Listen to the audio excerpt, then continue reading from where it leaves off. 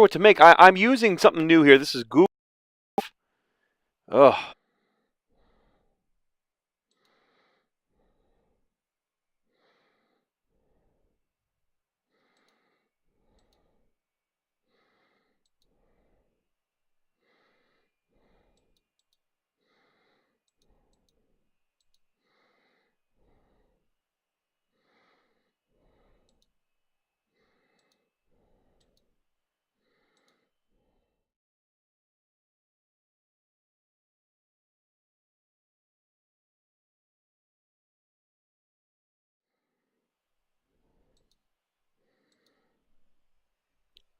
All right.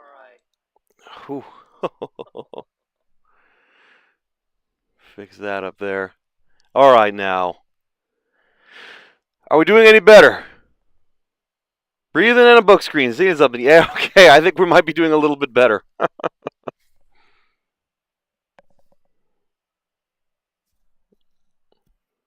Okay, so yeah, apparently I restarted the software and I dropped it down to a lower setting where it didn't try to send as much down the pipe, but hopefully you guys are you're hearing me and you're seeing a picture, and so maybe we can get started then. All right, 50 minutes late. There you go. That's got to be a record, right? Thank you everybody for coming over to this meeting, March 2015 FBA General Meeting. It's been a little while since we've had one, and probably about time that we did. I mean, to be perfectly honest, this is not anything that nothing in particular has come up, but there are some important things sitting around there that do need to be discussed, and so thought it would be a good time to catch up with everybody, all the contributors out there, find out what's going on, and see what we can get going. So, Triv's got some echo going. Let's see here. Is anybody else getting echo? And Triv is also not seeing anything. That's too bad. Okay. What are we? Anybody else having these problems? So, I mean, I gotta admit that things are looking good now. Oh, okay, cool. Great, great, great. Yeah, I mean, before I'm not sure what it was, but so I'm using this is Wirecast. YouTube now has a live streaming service, and I have to admit that looking at the program that it comes with, I think this is just Ustream, because the application looks like I recall, is exactly kind of like what Ustream's application looks like. So I think that's all that's going on here. But yeah, it's got a little connection bar telling me how good my connection is with YouTube. And previously, when we were having all those troubles, it just kept going down to yellow and 0 bars. But now it's staying very steadily at 5 green bars. So I guess I just had to reduce the data stream. Maybe my DSL is just not as strong as I wish it were. But Wen's got lots of problems. Oh dear. Well, are they problems that we can solve, Wen? Can we help you? And yes, if things are going properly, you're hearing my voice, and you're seeing the FBA logo with the March 2015 FBA General Meeting screen on there. Good. Okay, good. All right. Well, hey, thank you everyone for coming. Sorry for the delay here, trying to get the software going. Got it going, but always trying something new. And as you can also see, we're also trying out something also new, is having this meeting here in the chat room. I did figure out, obviously, how to modify this page so that I could add the meeting to the top. And the big advantage that Wirecast has over Livestream is apparently Livestream does not, or at least, I'm sorry, the new Livestream. The old Livestream would do this, but the new Livestream does not allow you to embed the video unless you buy an account with them. So Wirecast does still allow this embedding, so that's why I'm able to embed it here in the page. Now, they won't let you embed their chat window, but good news is we have our own chat window. So, and since everybody's familiar with it, we got all of our own cool FBA logos in there, I figured this would work better anyway. Oh, even cooler. Q can even hear from his mobile. Marvelous. Excellent. Well, this is great news. I'm glad this is working out, and thank you everyone for being here. I know that general meetings are kind of a rare thing, and I know that there's a lot of busy people out there. I'm sure there's a lot of wrestling fans out there busy watching WrestleMania right now, but I do appreciate everybody showing up and to go over some of the things that we have here at this meeting.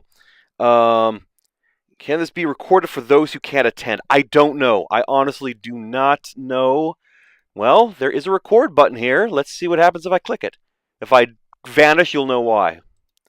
I just clicked the record button, and nothing has exploded yet. So, with any luck, maybe that means there will be a meeting.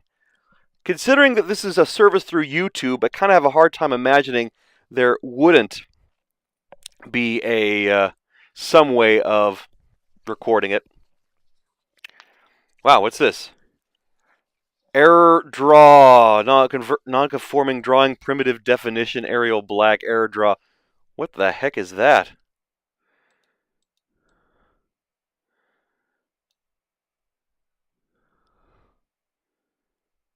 Yeah, what was that?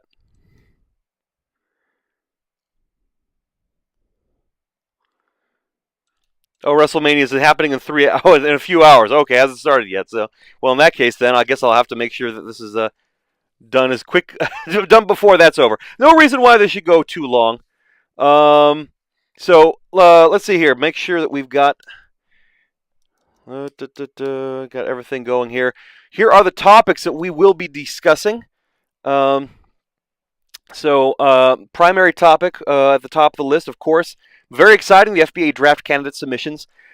We are a little bit late this year. In the past, March has traditionally been the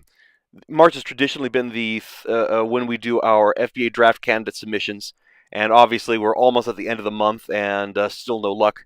Haven't started on that yet, but the great news is we start today. 2015 FBA draft candidate submissions begin today, and so I'm going to go over that. I know that we've got some new people out there, and out of curiosity, is there anybody out there who's never been to one of our FBA general meetings before? This is their first general meeting? Because I know we got a lot of new guys this year, and it's exciting, always exciting at these meetings to see so many new faces, so many new furs.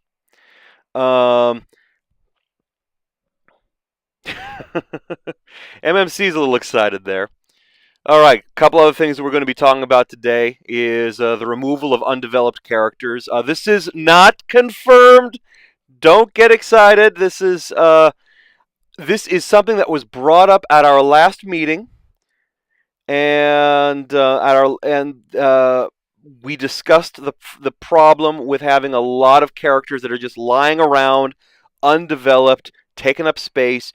We want to take some action and yank out a bunch of these characters. So we've got a list. I just want to throw it out to you. We're not removing anyone that you guys want to keep. So don't. Nothing's final on this, but I do want to go over it with everyone. There's been some recent concern. Our last meeting as a committee was inspired by a contributor coming to us and talking about an issue as far as concerns as far as story development in the FBA and how it's changed and how it's balanced out with gaming and how it's balancing out with the new directions the stories are taking. Want to see want to get some input from the contributors here about that.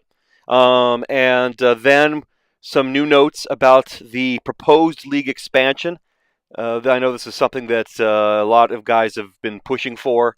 There's also been a lot of push against it, and so the committee discussed this, came up with some thoughts. I'm going to be presenting some of these thoughts that we thought of, and want to get some feedback on that. And then a couple of addendums, small stuff, just a couple of added things that I want to throw out there for coming up in April, and here just going around. And then, of course, opening up for Q&A. Always want to make sure you guys have a chance to ask your questions, find out what the committee's doing, find out what's going on in the FBA, ask about what we can do to make things better and make it more fun for everybody. So that's going to be our list of topics for this meeting. Let's see here. Move on to... We're going to start with those FBA draft candidate submissions. I told you that they are starting today, and they are. You can begin submitting your draft candidates for 2015 right now. That is the link, and I realize that is completely unuseful to you guys. So hopefully, if Wen is out there and listening, he'll be able to put a much more useful link into the chat window for you guys. In the past, we're doing the same thing that we've always have. We have a Google. We're using Google Docs to create a form. And if you go to the link and you go to the form, the first thing it'll ask is for you to make an agreement to the current terms of service. We did update the terms of service for this year, so there is a new 2015. You can find that terms of service right here on the FBA website on any page. If you go to the bottom of the page you're on right now in this chat window and you click on disclaimers, it's in tiny text all the way at the bottom. That'll take you to the most current version of the 2015 FBA terms of service. And as long as that's okay with you, then we should be good. I do want to go over some of the basic rules that we have here in the FBA. For those that are new, maybe some of you guys aren't as familiar with the submission process and the rules that we have in the FBA. Thought this would be a good opportunity to just kind of quickly go over everything, make sure you know what's going on. What happened to draft submissions not starting until after the finals? I'm not aware of draft submissions not starting until after the finals, K-Wolf. But no. Keep in mind, K-Wolf, this is draft submissions, and maybe that's the first thing I need to talk about here, because as you submitting a draft candidate does not automatically bring that character to the FBA universe. This is super duper important to understand. And I want to make this absolutely clear. Just because you submitted a guy doesn't make that character suddenly an FBA character. Now, there have been extreme examples of this where I have literally had people submit characters that are diaper-wearing dragons and who just picked up basketball last week because they thought it was really cool and be fun to play in the FBA. And no. When we get those characters, when we get diaper-wearing dragons who picked up basketball last week, we say no. That character does not get to be an FBA character. So just because you fill out the form does not assure that you are a candidate.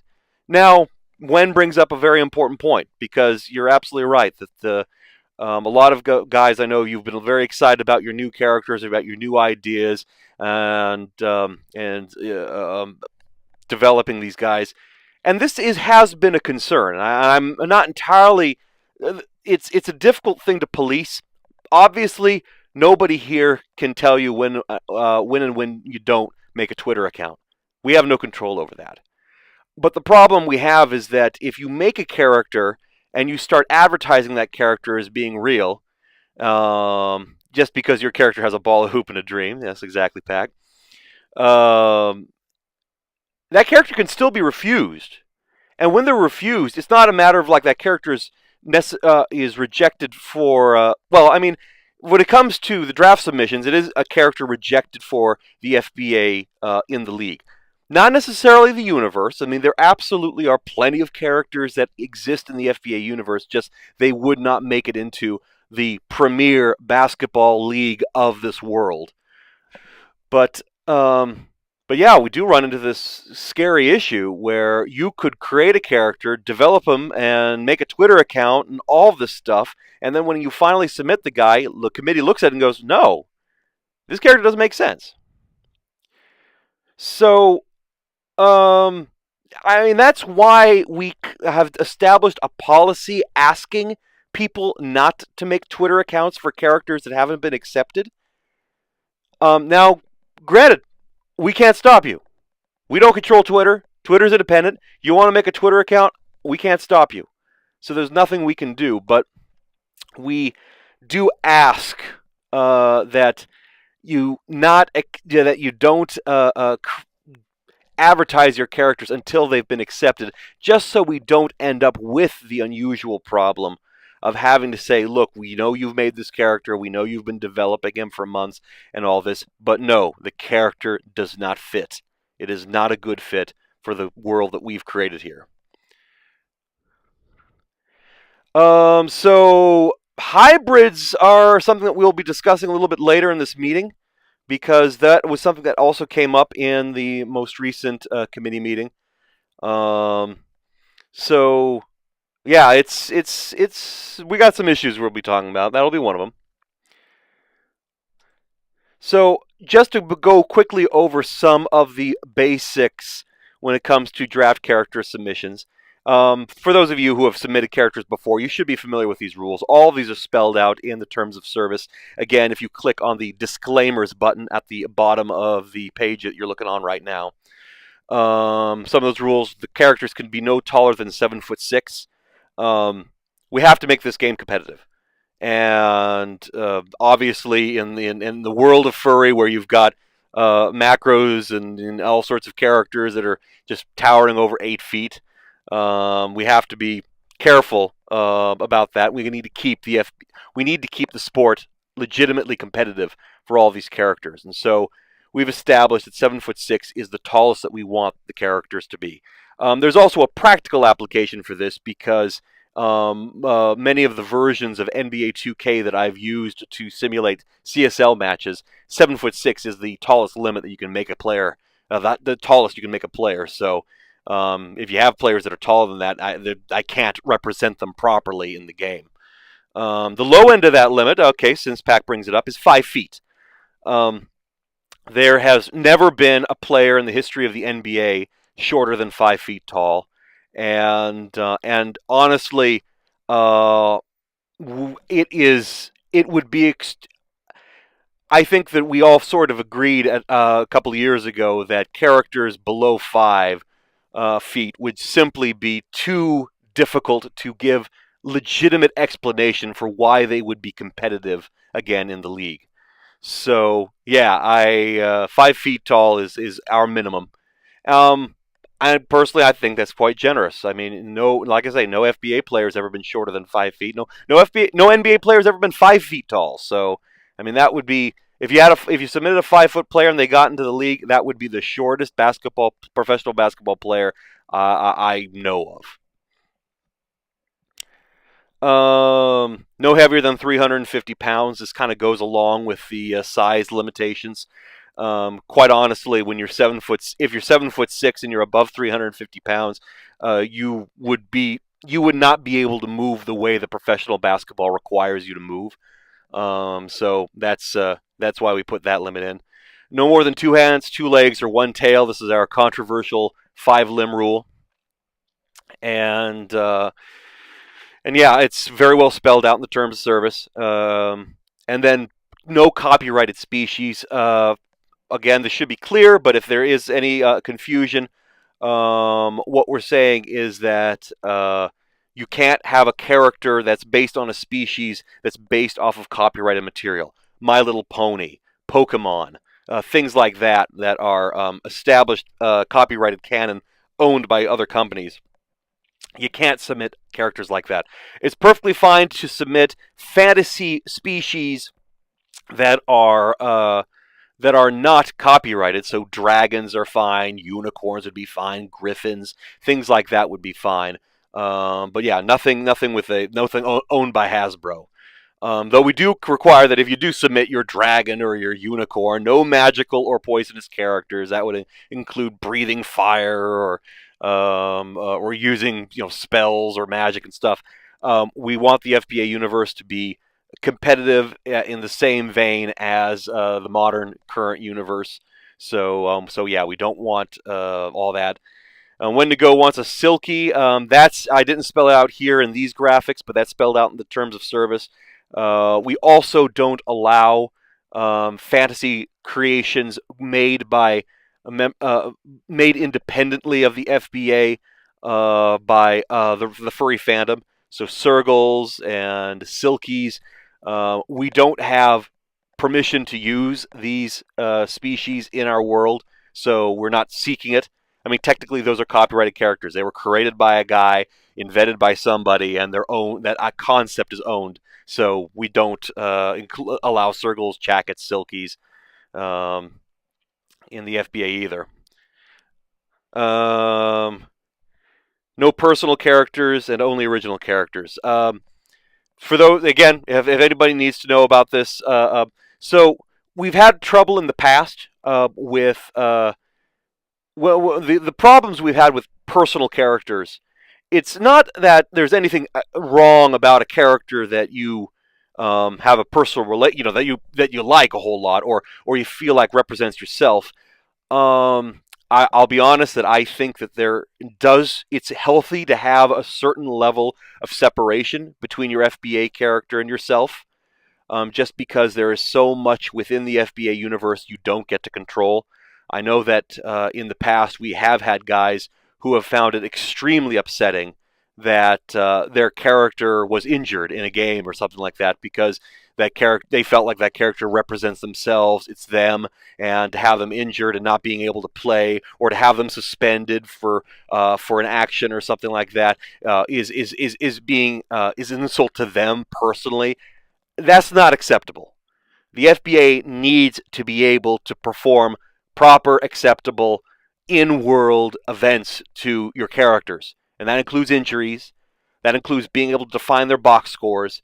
That includes occasionally, if it makes sense for story, a suspension or a fine. These have to happen. So if you're of a nature that you can't, if your character is so important to you that you can't allow these sorts of basic things to happen, we really ask, don't submit that character. If you love your character so much you can't allow that, don't put that character in the FBA. Also, a problem we've had is sometimes has been people bringing in old characters, characters that they've established before the FBA, and then folding them into the FBA. Now, that's not necessarily a problem, and I can certainly tell you guys, I've done it myself. I think Pac mentioned Barton there. The Barton Rouge character. That I had. Barton Rouge was a character I had made up years ago before the FBA. But at the time, he was like a 19th century adventurer character. And of course, there's no way I could import him into the FBA, except that I modified him so that he could be. Now he's a modern individual. Went to university in Louisiana. He is now and a professional basketball player. I took some of the ideas from that original creation and modified it as necessary to fit within the world. And that's fine. If you got a character that you want to fold into the FBA, that works. But the danger that we have run into, and that you guys should be aware of, is that if you make a character that you've established beforehand and you just want to shove him into the FBA exactly the way he was, my character who's a super spy ninja for foreign governments, and now he's a basketball player. No, you can't do that. We need a character that makes sense for being an accomplished athlete that's trained to be an athlete and would play professional league style basketball. So the basic rule is no personal characters. It is a little bit of a judgment call. I think that in the end, if you're just aware of the concern, we need characters that fit within the FBA universe, it should be okay. And so, but in the end, we always do ask, it's always best just make an original character. Just make somebody who is who you have created and designed to be a professional basketball athlete. And it just makes it a lot easier. And I think you can have just as much fun. I really do. I kind of went over this already, but yeah, it's I know that this can be a little bit challenging, especially if you're not familiar with professional sports, if it's not something that you really understand very well. But one of the things that we definitely want to do with the FBA is the assumption is that the Furry Basketball Association is the world premier league. So it's not just like a really good regional league. It's not just like just great Americans play there or something like that. No, this is the pinnacle. That if you are a basketball playing kid from the other side of the planet, I mean, your dream is to play for the FBA because this is the one, the worldwide, everybody knows the best of the best on the planet play for this league. And because of that, it's very important that every character that comes in is a demonstrated, accomplished athlete. They've been training, they've been practicing, they are focused, they are seeking to get to this level of quality. So they just want. So when you design your characters, I would just make that very, very clear and confident. Okay, I'm just seeing something here in the chat. Sorry, I got a little tied up here, but yeah, Trivial, you're making a very good point. When you're talking about, well, we were talking about personal characters, and yes, and Pac's absolutely right. This is all of these policies that I'm laying down right now. All of these policies are just for draft character submissions. They are just for characters that you want to have play for FBA teams as athletes. That's it. If you want to create a reporter, if you want to create a coach, if you want to create a physical therapist, if you want to create anything at all except for an individual who is going to be playing for a team in the FBA in an official manner, then yeah, these rules don't matter.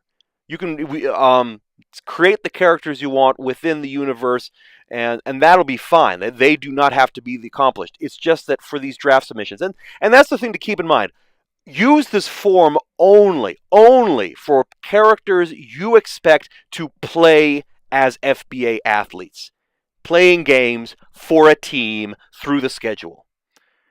If you have an idea for like a physical therapist or a reporter or a coach or an agent or something like that, don't use this form. Don't use this form at all. No water boys, no baristas, no janitors. Exactly. But yeah, if you want to make any of these other characters, but if you want to make a player, use this form. And yes, you are specifically held to a different standard. We do hold FBA athletes to a different standard because we want to preserve the concept that the Furry Basketball Association is the premier basketball league within the FBA universe. This is something new, and we discussed this at the committee meeting. And there's no policy in place. We're not going to make any requirements here. But we know that there are a number of you who have lots and lots of characters in the FBA. Myself included. And one of the things that I've done recently, I was actually doing last night, was I was going through the list of restricted free agents, looking at all the different players. And one of the things that I noticed was a number of characters that are sitting in RFA, and they've got good stories, and they've got artwork, and they look cool. There's like, wow, this is a really cool character. And when I look at, like, I wonder who made this character, and it's a name that I never see. And that's kind of painful for us. I think that I started to realize, and I think we all realized at the committee meeting, that there are people out there who have made the effort, made good, interesting characters that would have been fun to add, but for one reason or another, maybe the species was not something that people were interested in, maybe the storyline didn't gel, maybe the person just wasn't as talkative as some of us are. But here they had made good characters, and they weren't participating at all in the FBA because those characters didn't get picked in the draft and never got signed afterwards. And that's a little bit painful, especially when we do look at the list of characters and realize that some of us have got like over a dozen characters that are playing in the FBA. So, again, nobody's going to make any policies here. We're not going to force anybody to do anything. But I would very, very much like to encourage anyone out there who has many characters in the FBA. Instead of making new guys, please refocus your efforts on developing the characters you already have in the league. I'm not going to submit anybody this year. It's been my personal policy ever since we had a draft that I've only submit one character. And that's what I've always done. I've only submitted a single character. This year, I'm not going to submit one, none at all. So I know that I've got a lot of characters that are already in the league, and I've got enough. I'm going to focus my efforts on making sure those characters are as developed as I can make them. So now, for those of you guys who don't have many characters in the FBA, please, by all means, feel free to develop, and I encourage you. And if you are someone who doesn't have any characters in the league, please, I would love for you to submit a character, maybe two, maybe three, whatever you feel. Because I think that one of the things I'd really like to see happen this year when we come into the new draft is to get some new names in the FBA and to get some people who have been watching this league, who have been supporting this league. Now let them get some names in this league, and they can have those guys that they follow. Because I know very much that the FBA becomes more fun when you've got someone to watch.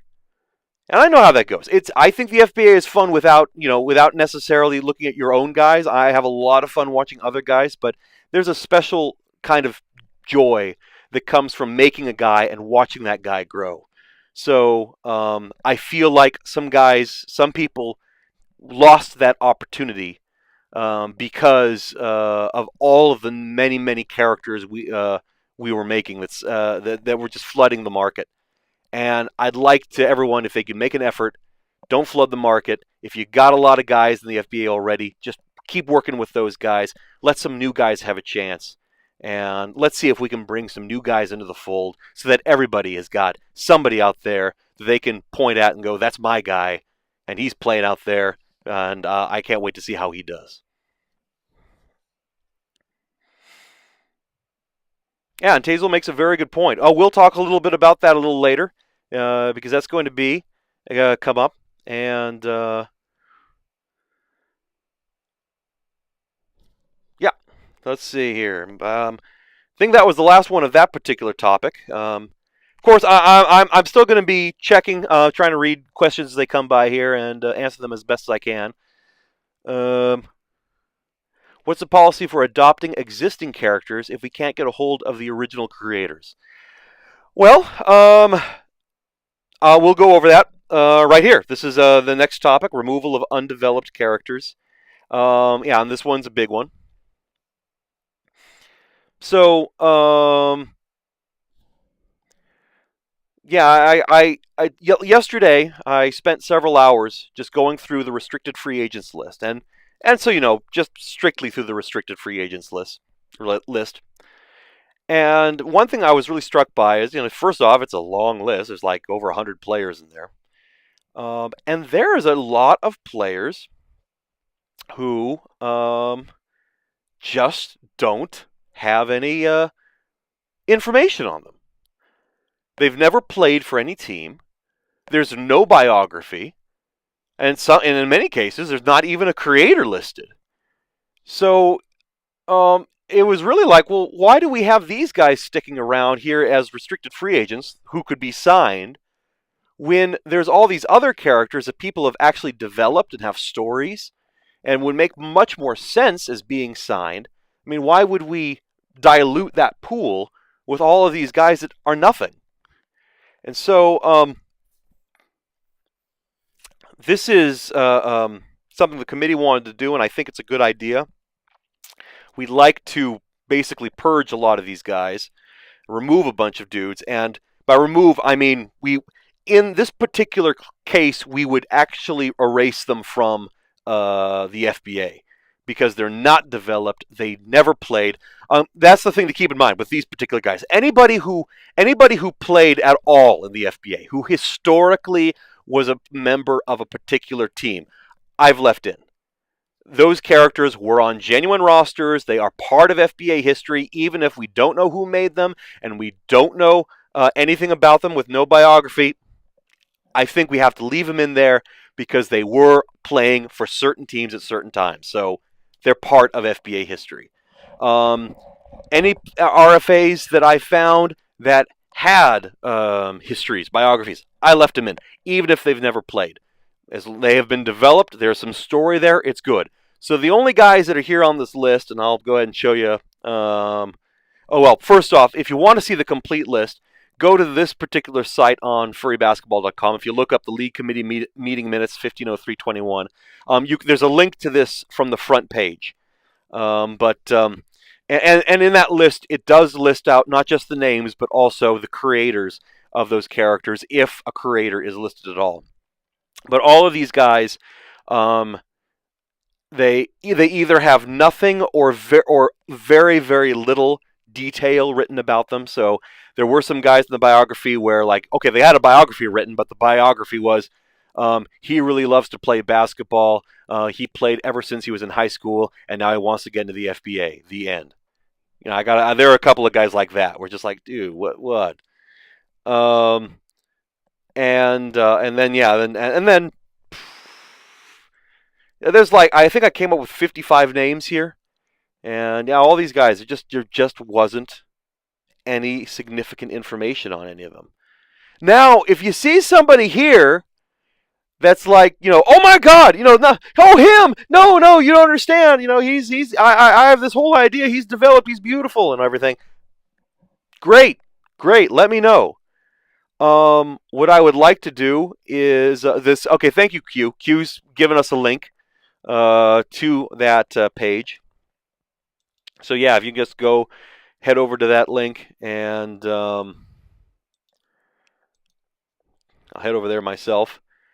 And on that link, on that page, I did add a comment section at the bottom. So if you do want to say, oh no, you've got to save so and so, please add a comment. Let me know. Tell me who you want to save, why you feel they should be saved, and I would appreciate that. Let me know. If you, what I want to do is, I'll give it like 2 weeks. I figure, not in this coming weekend. I'll give everybody an extra weekend to give it some time if they want to give it some time. But the weekend after, at that point, anybody on this list who hasn't gotten somebody saying, no, you got to save them, I'm going to remove from the wiki. And by remove them, I mean remove them entirely from the FBA universe. They never existed. We can't make references to them in the future.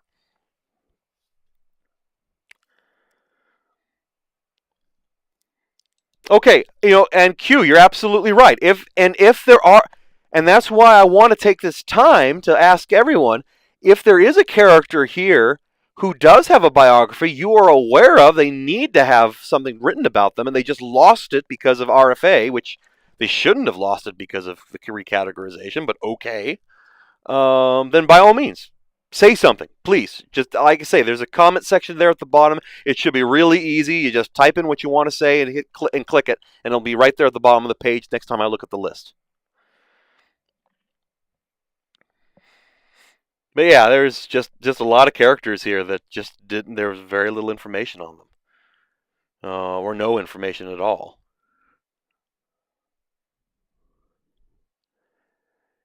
And then in the case of some of these characters, like Rockney Amadeus, it was kind of clear that they were just being silly. I think a lot of these characters are like from our very, very first year when we really were just sort of like desperately coming up for all kinds of whatever we could come up with. Yeah, like Archie McPhee, exactly. There's a couple of crazy names in there like that.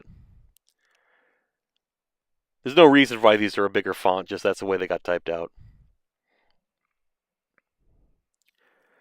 But if you guys could have a look at those and let me know if there's anyone you want to save, because I will kill them in 2 weeks.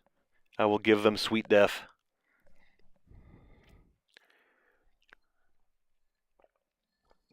Yes, back. So while I was doing while I was researching all these names, a couple things that I found. The Sam Anderson stuff. I saw that was her old name was still left. Crystal Bunny was still left around in the wiki. So I put a redirect to Samantha Anderson because that character was actually supposed to be converted into Samantha Anderson. That was not. Crystal Bunny should have been removed to begin with. And I also found a couple of older characters that I intend to retire. Pierce Lombard was still in there, and it's just like, no, that guy shouldn't be playing anymore. So I'll work that out with Stevie and get some of my very, very old characters retired. Um, I would encourage you guys, if you happen to have any really old players out there, please, by all means, remove them. As I would encourage you to consider having them retire as well, just so we don't have the clutter. I think the trouble is that we've just got a ton of players here that are not doing anything, and it would be better if we could focus our energy on the characters that have been developed, or on or just fewer characters with better stories, as opposed to just names and species. Yes, Q, what's the question?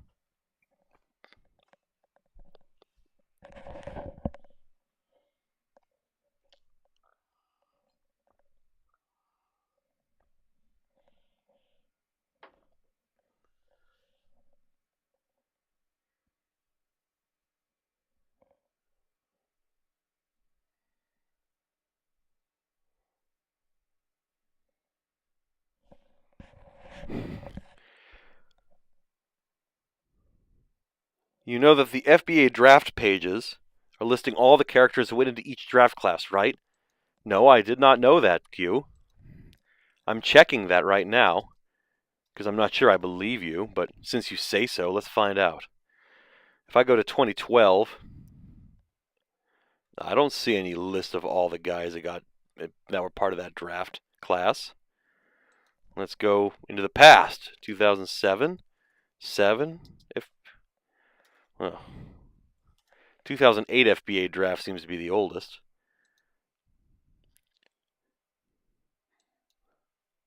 Oh, you're talking FBA draft pay. I see. FBA draft. So, where am I supposed to go here? I think Q's going crazy.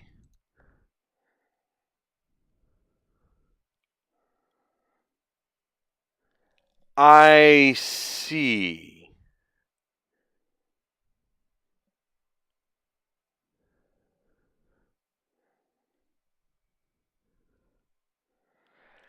I see what you're saying. Gotcha. Okay. Okay. No. I misunderstood Q. Now I do understand Q. Um. Okay, and the point being that like the very, very first FBA draft that we had was in 2009. And yes, in 2009, we did create a full pool. And yes, some of these old ancient characters that are not being developed are part of that pool. Um, so yes, if I were to just completely remove them, erase them, in that particular case, yes, we would have a nothing. And that does make for an interesting point, Q, because well, no, I mean, I think that okay, that may be the only. Yeah, no, I guess in the end, yeah, it's a mad world is probably correct. That we don't want to destroy the pages, we just need to remove them from being available to anyone. So, because you're right, I mean, these are guys that are historically in the FBA because they were in the pool, they were listed there, they should be part of that, but at the same time, especially if they're a guy from like 2009, and my gosh, it's 2015, they still haven't played in the FBA, they're not going to get in the FBA. That's just not going to happen. And that's fine, yeah, some guy, yeah, I mean, that's, in the end, that's cool. Um,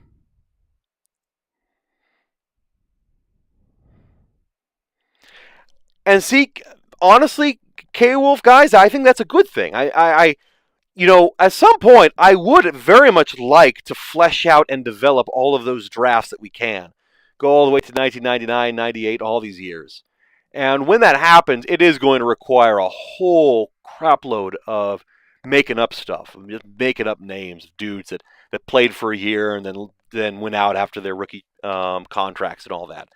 And if we end up with a bunch of names of players of names that haven't been created, that to me is fine, because if the page doesn't exist, that means no one's put any thought into it, and we're aware, and we could swap them out if we needed to.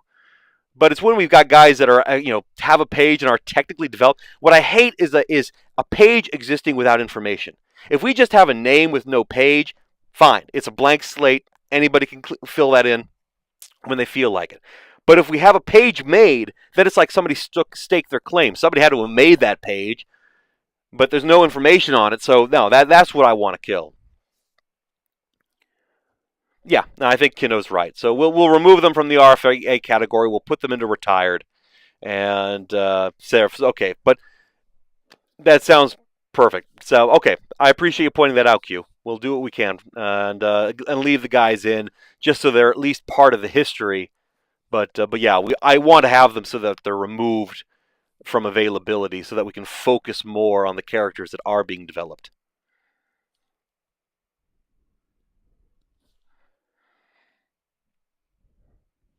All right, sounds good. Appreciate that. Thank you.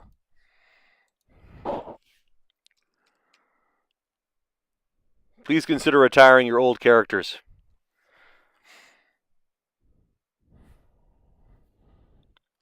Well, the truth of the matter is, Radifex is that the only reason we're clearing out these guys has nothing to do with how long they've stuck around. It has to do with the fact they're not developed. Some of the guys on that list were part of the 2014 draft. We did have some character submissions of guys with like no history, just no information. Well, heck, we were just talking about Neil Pandor there. I mean, dude, that guy he's recent, he's new, but there's nothing about him that's gripping. His story is undeveloped, and he's never grown. It's just that no, let's not leave him there as something that can be as an excuse. Let's make sure that focus is given on the guys that are developed. So I mean, yeah, what we're trying to do here is remove guys that have no development, not necessarily guys that are old. Yes, some of the guys on the list are from 2009, and nobody's picked them up. Yeah, that exists as well. But we do have a bunch of guys from 2013, and we do have a bunch of guys from 2014. We also have guys from old drafts, 2010, 2011, with wonderful stories and artwork for their characters and all sorts of great stuff that I'm not going to touch. I mean, that was one thing that I think I mentioned earlier, that how heartbroken I was when I was looking at some of these old guys, all these old RFAs, and finding like, whoa, that's a great story. Look at that beautiful artwork that was commissioned. Oh, no, that guy doesn't even have a character at all in the league. I think, gosh, I mean, it broke my heart. There's this one contributor, Lady Salem, I think, and she made like 2 or 3 submissions in 2013. And it's like they're great characters, and it has great artwork for them, and the stories are awesome. None of them picked up. It's like, gee whiz, what the? So yeah, it was just kind of like heartbreaking there. Like, this is somebody who wanted to join and put in a great effort and isn't there. So yeah, I mean, no, those guys I'm not touching. So those guys I'm not touching one bit. I mean, I want them to still remain there in RFA, and I hope that at some point somebody picks them up, because those are characters that would grow the league. But yeah, but some squirrel character without any biography at all that's been sticking around since 2012, no, that's not going to add to the league.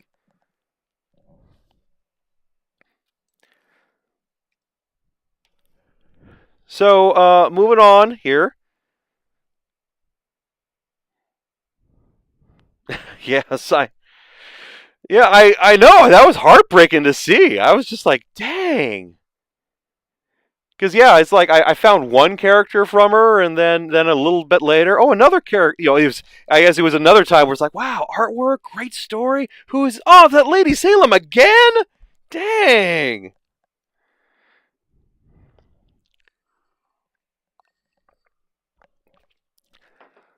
Yeah, I don't know. I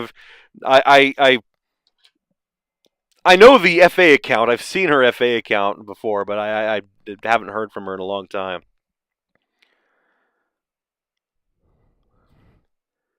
So, in any case, so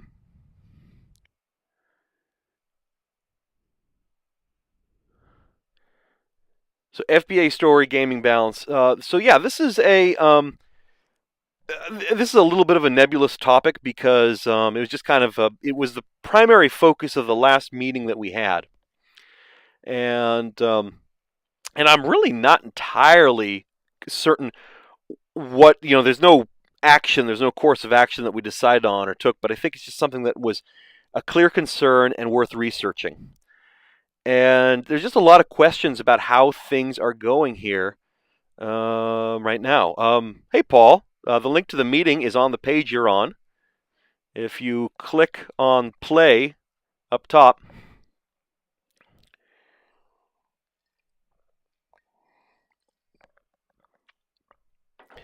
you should be able to join us here in the meeting. Though I suppose it's pointless for me to say this since you're clearly not listening to the meeting right now.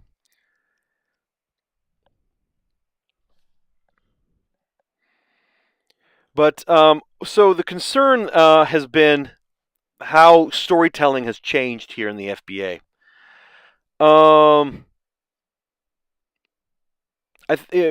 those of us old guys who have been doing this for a long time, probably one of the biggest changes that we've seen has been that is that the all of the storytelling has pushed quite a bit out of the put together story, written story about the FBA into this kind of quick, fun tweeting stuff, which is cool. I have to admit that I didn't predict tweeting to be such a significant thing as far as storytelling goes. It's certainly unique and different, and I get the impression that people have gotten a lot of really enjoyed it. I think it's clearly very popular, and it's worked out really well. Now I guess what there's concern about, and what I want to get from you guys is, does this rapid storytelling over Twitter take away from opportunities to write stories, to write full-on prose?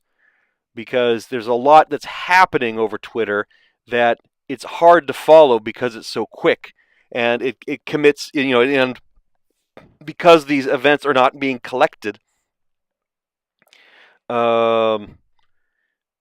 things can happen. There can be events, and then you don't even know about them down the road. And I mean, this has certainly happened to me. I know every single time there's a committee meeting, I'm hearing about, oh, but then this story that happened, this story, like, what are you talking about? I never heard about that. I don't remember anybody mentioning that. And like, well, it was on Twitter, so like the story lasted 4 hours in a Twitter flurry, and then it vanished. And yeah, there you go.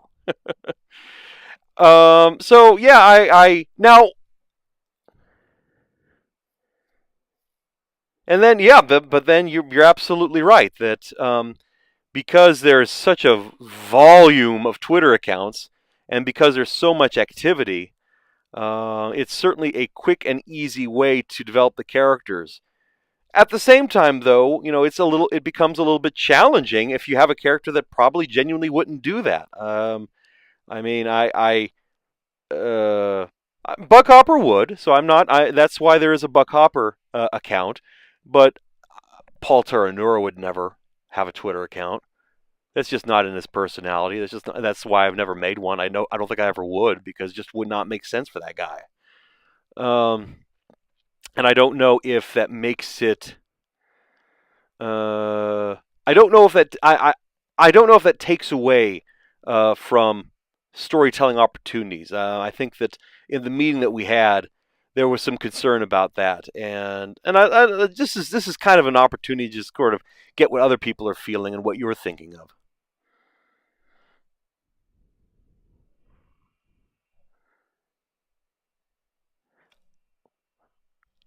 The other thing is that I think that there's been a driving force lately with a lot of stories.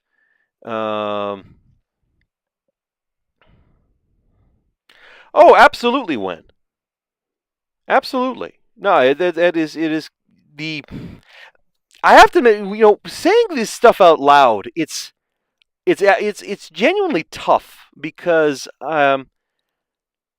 while I can see the concerns and I'm obligated to bring them up because they are legitimate concerns, they have merit, it's very difficult to just outwardly say that, anything that is popular, anything that has convinced someone to make stories is a bad thing. I can't say that.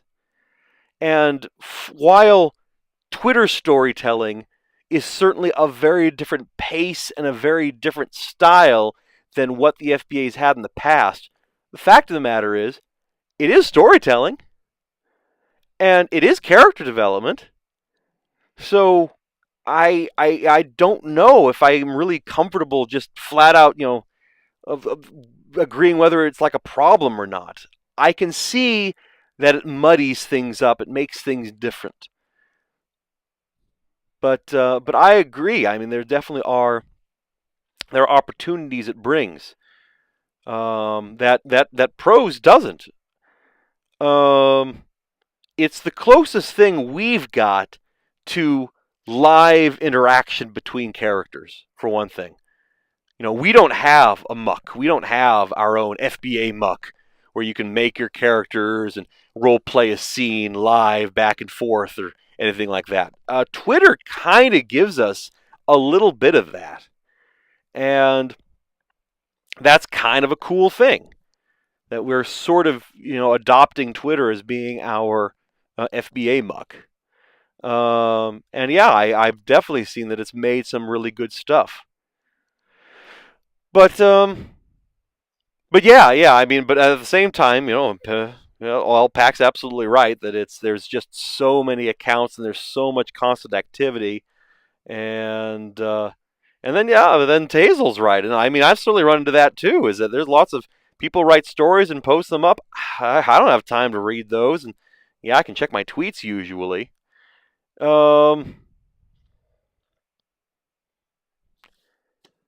Yeah, this is a complicated discussion. I really don't know. That's a thought. When? So that's something we didn't bring up in the meeting.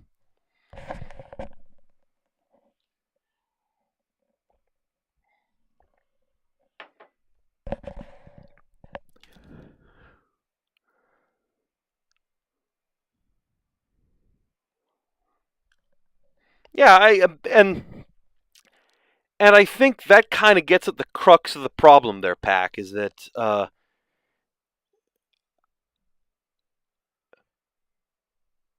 just because some people don't find particular writing tools useful, is that really a reason to break them or to get rid of them or change them? I mean, it's very clear that some people find these tools to be very handy and very inspiring and very creative, and that's great. Um, so yeah, I'm not sure that whatever solution there might be, if there is one, would necessarily involve limiting what other people do just because it's just I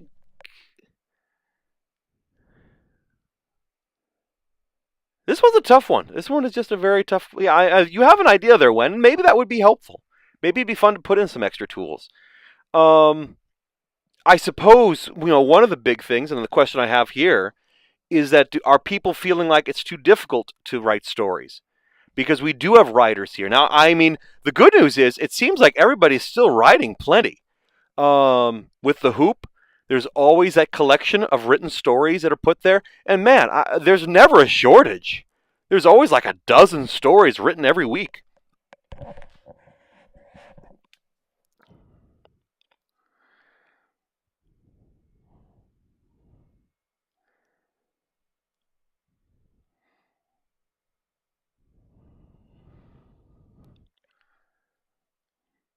Yeah, there's always the forum. Very much that, definitely. I mean, I've been kind of disappointed that we haven't seen more comments given to stories here on the wiki. I mean, it's on Furry Basketball. I don't know if there is like a better system, a better way of disseminating the stories, making sure everybody gets a chance to see them and read them. I don't know. Okay, I mean that's the kind of thing I want to hear here. Uh, if as long as we are, I think as long as the FBA is providing uh, for all of the variety of storytelling that contributors want to have, then it's doing a good job. The newsletter has been great. It's been wonderful to have something that collects all of these ideas together, lets people know, what's going out there. That has been fantastic, absolutely. And yeah, and that has been a massive contribution. It's Mad World, massive. Twitter does offer that quick, rapid bit of fun, which can be delightful and can be developing. And yeah, I mean the truth of the matter is you're right. It takes obvious effort. I mean, back when I actually was making podcasts, I remember the amazing amount of effort it would take to put those together. And yeah, undoubtedly, I fully it's true. It's true. It's just work. I mean, that's of course the most delightful thing about Twitter is that it's completely work free. There's nothing to research, nothing to worry about, nothing to collect and disseminate. Just post done, post done, post done. Have fun, go away. I mean, it's really fantastic.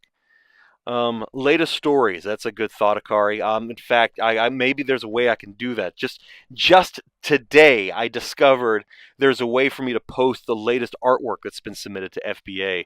So I need to get that on the front page. That would be terrific. I'd love to get a most recent artwork added. So new art, new stories. Yeah, maybe that's the thing we need to do because you're right. I've got the random stories packet down there, but not the new stories. Um, yeah. I'll look at that. I'll take a look into that. Latest stories added would be that would be a good, really helpful thing. Okay, if I would encourage anyone if you feel like there's something we're missing as far as providing for all the storytellers out there, please write to the committee. Please shoot an email to us, and let's see what we can do. Because it is very, very important to me that everybody gets a chance to tell the stories they want to tell. So please, I really want you guys to say something if you feel like your opportunity to tell stories is being compromised at all. If you need different opportunities, if you need something changed about the system to make it easier for yourself, I definitely like the idea of a new stories list, and I will work on that. See if I can get that on the front page. There's actually a lot of stuff I want to do to clean up the front page again, and then yeah, that would be a great thing to add. So I'll take a look into that. And yeah, random art. Yeah. So I'll get most recent. Yeah, right now we're doing random stories and random artwork. So yeah, we'll get it down to most recent stories, most recent artwork. Like I said, I only found out today that there's a way for me to do that. I keep, I'm still learning about the software myself. There's all kinds of stuff I don't know. So I got to spend a lot of time on me at the MediaWiki website and just reading documentation, which of course is so much fun.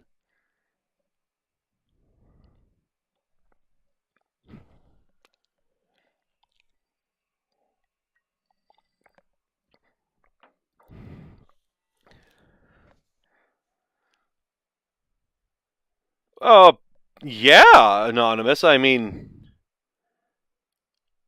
yeah, we the FBA started off on Fur Affinity, and people do post their artwork on Fur Affinity. I think that, and I know that very very frequently the people who post FBA related artwork on FA will include a link to furrybasketball.com.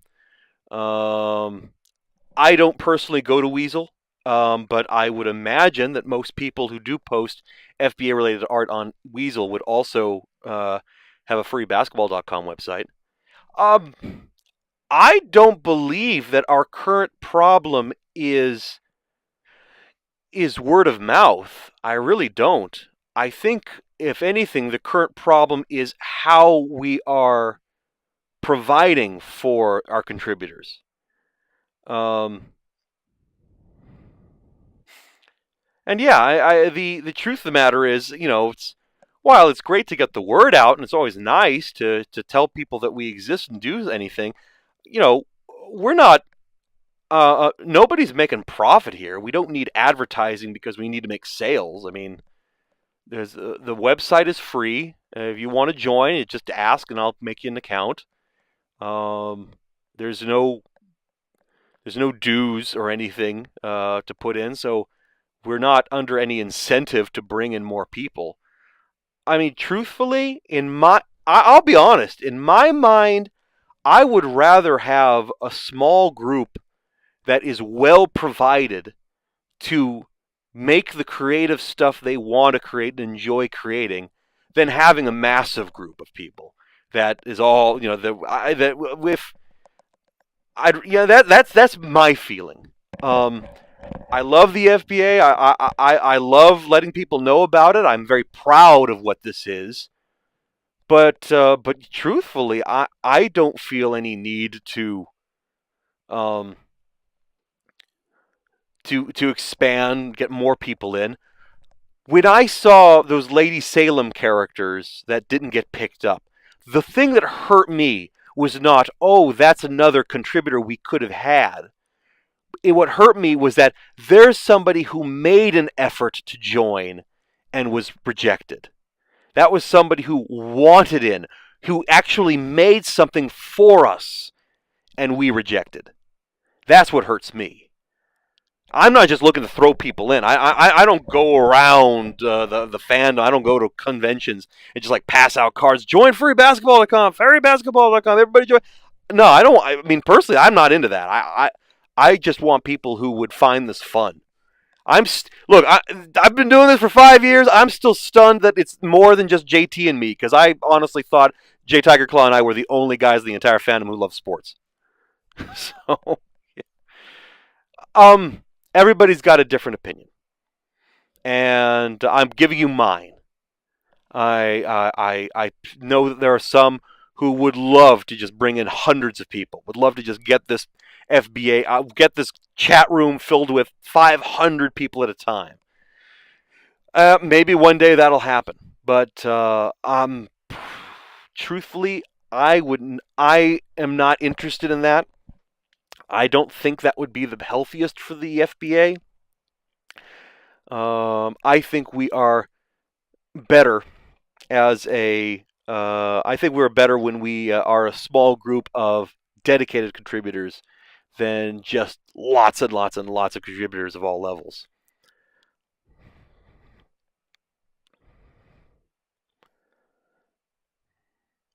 Well, I'll tell you though, Wazik and Kingsley Wolf, there have been plenty of people I have bumped into who love characters, love stories. Look at the FBA. Oh, this is basketball. Walk away right then. Won't even look at it. No. It's sports, so screw it. I'm out of here. So the fact that you guys were not just immediately turned off by, oh, this is basketball. I'm out of here. That means something to me, because that's what I got back when I started. Um, yeah, I mean it's no, I really do think that's fantastic, and it really says something that guys like you, sure, maybe you aren't big sports fans, maybe this isn't huge, but it didn't scare you off, it didn't make you walk away, because there's lots of guys who just are so against it, the concept, that the moment they know it's about sports, they don't even want to be part of it.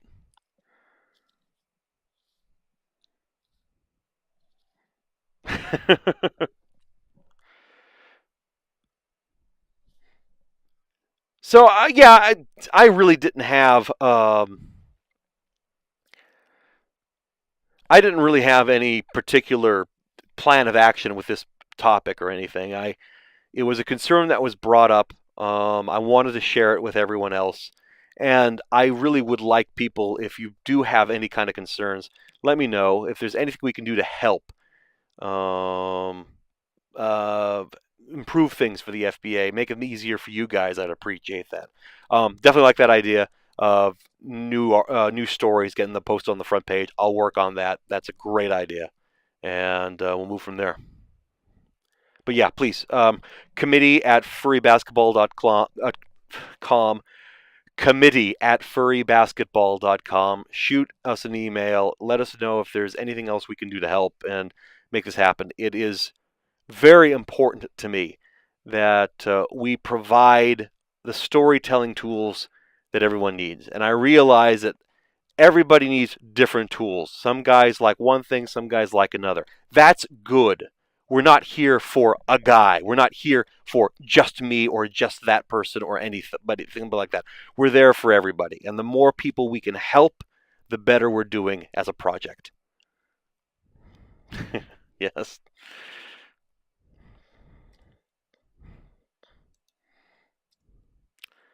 Just tell us what the best direction is for the FBA.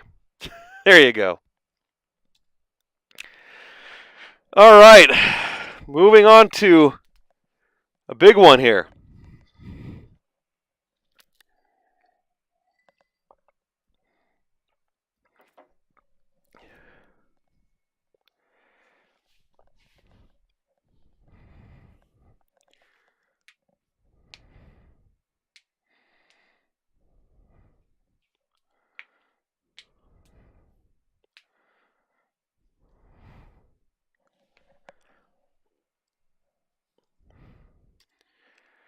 So, the latest proposal at the moment right now is to expand the league to 30 teams potentially for the 2016-2017 season.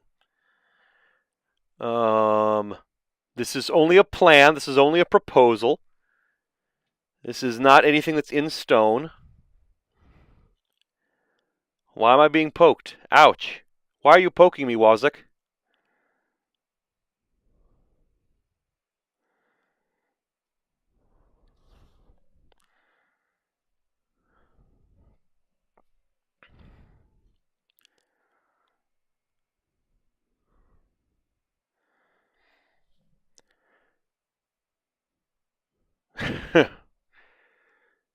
So,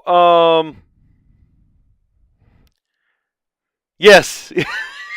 And Wen points out the extraordinary, the irony of the fact that here I just told you how much I'm not really, don't want to advertise the league, don't really want to bring in lots and lots and lots and lots and lots of people. Oh, let's talk about expanding the league.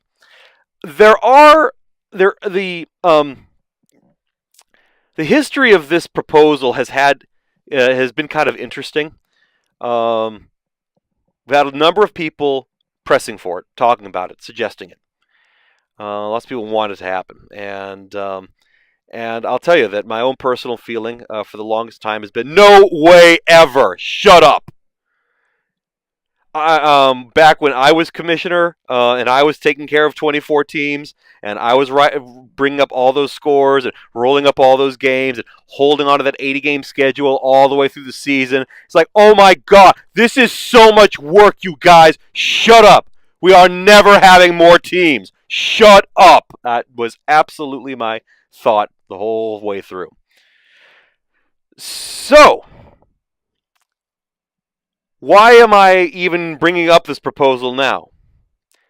Because I realized that there actually is some benefits to this, to expanding the league that could help out the league a lot. But it's a little bit big. Here's some of the things that I thought of that would be helpful. For one thing that's always been kind of a mess when I was looking around for basketball simulation software is that absolutely none of them can handle a 24-team league. There are wonderful applications out there. Incredible applications that not only do they simulate a game, an individual game, but they will track a season, track your injuries, build your schedule automatically so you don't even have to do it. It just makes it for you. They're all glorious features. And all of them only work if you have 30 teams like the NBA, because they're built around the NBA. There's this one program from Wildcat Software, I'm forgetting the name exactly, that I was just salivating for because it had all this organization. It even made websites. It even built XML pages for you so that you could just display your data. It's like, this is the most perfect software ever. And I never could use it because it wouldn't handle a 24-team league. So, if we did expand to 30 players, or 30 teams, we could suddenly take care of all this software. We could use this stuff. And that's tempting because that would make things a lot easier. So, that was one big thing that I thought of, like, you know what? We expand to 30. Suddenly, every year, the schedule, I click a button. Boom, the software makes it for me. Every game, boom, there's the whole day. Like, oh, that would be so sweet. So, one big plus. Of course, it gives the contributors that opportunity to make the teams, which is what I always assumed is what you guys wanted an expansion for, which I can completely understand. There's a lot of teams, and especially if you're new, having a custom team has been a gift that very few have had. We have a couple of lucky guys out there who have been allowed to just custom build their team just the way they want. They're very, very fortunate. And very often I feel like they're not quite as thankful about that fact, and they should be. Just putting that out there. But very often when we do expand to other teams, we like what we did with the Hawaii Kahunas, we put it to a vote. We asked everyone where they wanted a team to be. We asked everyone what kind of a good name. We had options. We voted on it. We made stuff like that, which is all very cool.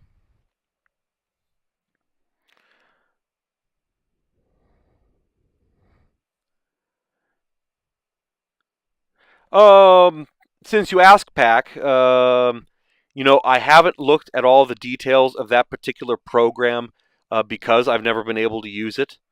But the impression that I've gotten is that basically what it is you have full control over your league.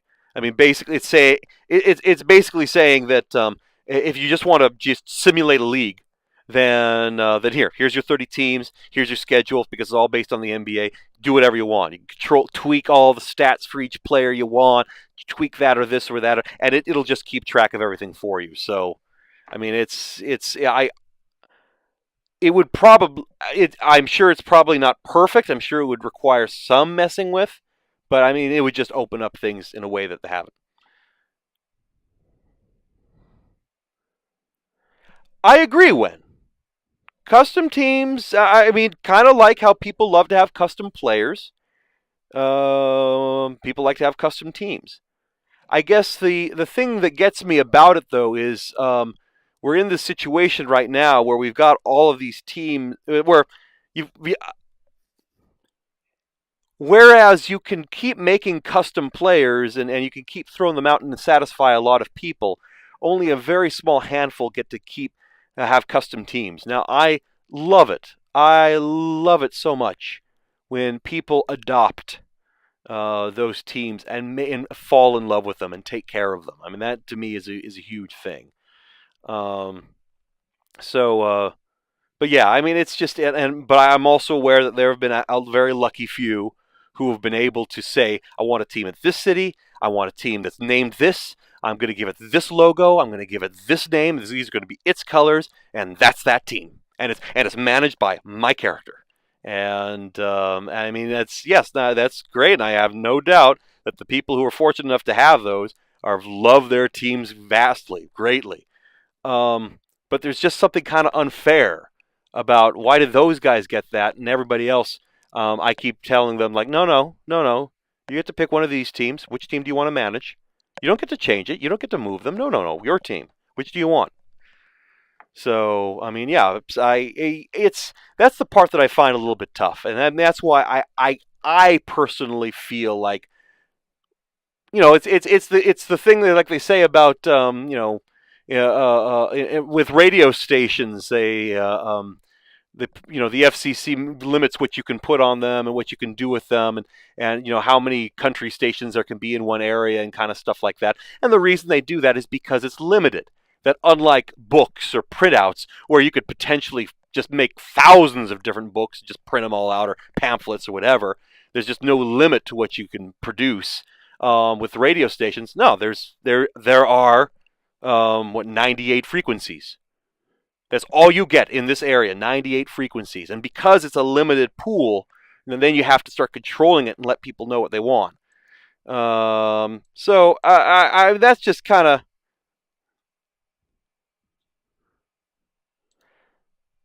what my sense of that is, that it's just that's why, for me, I think that it's better if we do the teams as a group. But any case, the big chance here is that it does allow us to reshape the league. We truly, truly, genuinely get to reshape the league. Because we do a league expansion. Say if we do this, if we do create 6 extra teams, make it a 30-team league, this kind of gives us a chance to build what I would say is like FBA 2.0. We can relocate a bunch of teams if we want. I know there's been some concerns about stuff like Sturgis, and it seems a little bit crazy. A number of the teams, their locations are based off of old concepts.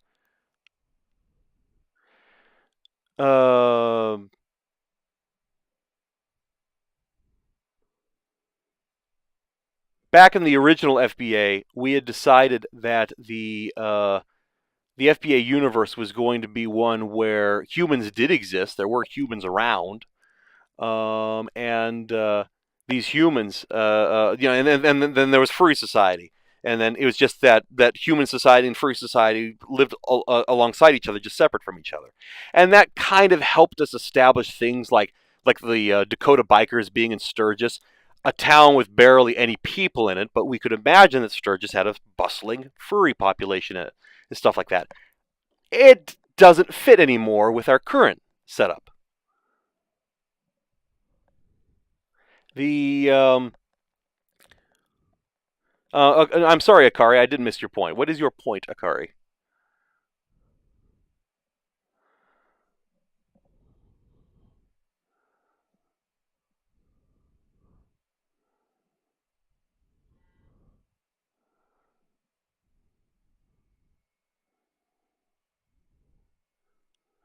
Yeah, I agree, Pack. I do like the variety of being able to put FBA teams in towns that don't have NBA teams, Lorraine Firestorm instead of Cleveland and stuff like that. But there's no reason why we can't have, just because we're using the Earth map doesn't mean we can't reshape our cities for the FBA universe. But this would be a potential time for us to really reshape where the teams are. I know one of the things that has been kind of always kind of a little funny with the FBA is that the center of the country is very poorly represented. It's kind of weird. I mean, and I guess it's just a matter of the individuals that were early, that happened to be part of the FBA early on. We just all happen to live on the coasts and around the edges of the country, and so even though there's tons of people in Missouri and Kansas and Nebraska and all these other places, none of these places got teams, just because I think that everybody was thinking about teams around where they live, and go figure, for whatever reason, we're just around the perimeter of the country. If we did make a major relocation of teams, we could more evenly distribute those teams around the country so that we would have a few more central city, an Indiana team, an Illinois team, a Michigan team, things like that. This year was a hard year with canines in the league, so many in the league already, that it made it hard for them to avoid the Underwood rule. Yes, which I'm not. I don't necessarily see that as a bad thing there, Akari. I mean, the Underwood rule was my idea to begin with, and quite frankly, I still hold by that. I realize that it does make it more challenging for some of the teams, but at the same time, I think that it brings it. I think was certainly what I found, and the reason that I pushed for that rule to begin with was that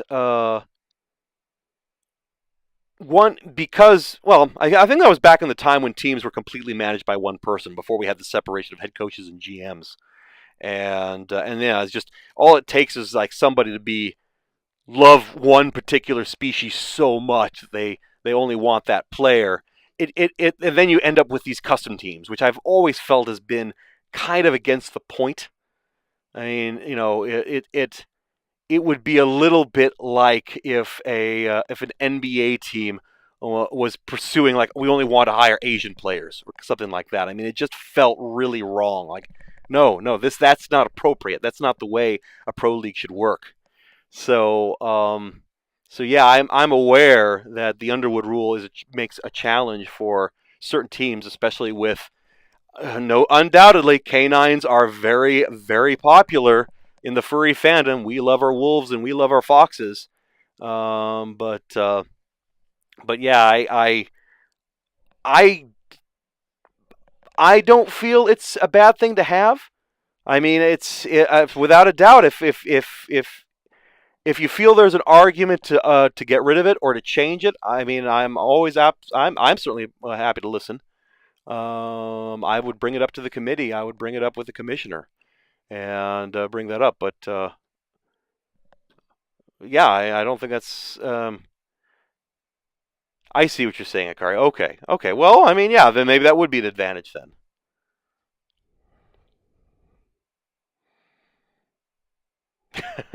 Or pack rolls the dice. Good night, Q. Thank you for being here. Do appreciate it very much.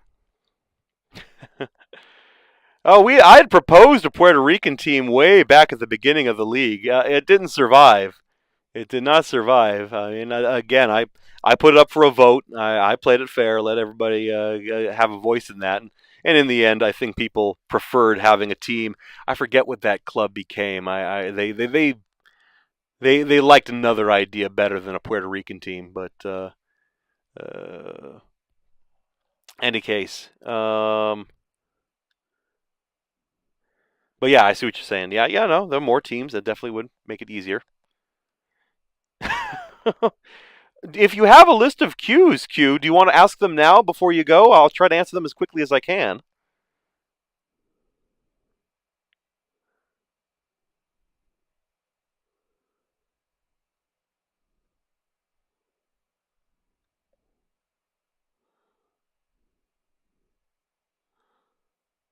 I mean, I tend to agree, Tazel. I mean, obviously we have a lovely advantage to be able to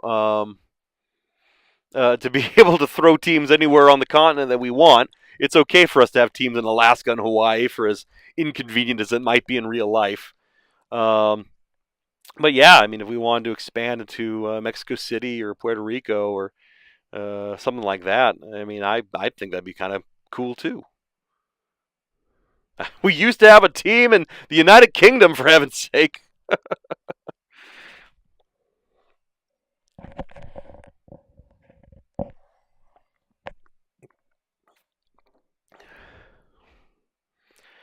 But yeah, I can see a lot of guys there. You're already thinking about where you want those expansion teams. I know this is a very popular topic. Some of the other changes that I would love to change I would love to have an opportunity, and this would be a good opportunity to do it. I would love to change our logo. Um, the uh, uh, the logo is a. For those who don't know, at the time that I started the FBA, very early on, I very briefly dated somebody, and that picture that is the FBA logo was a picture I drew of her character. I never ended up finishing it, but I drew the outline, and so because I had nothing else around that represented basketball, I turned that into the logo. I did draw it.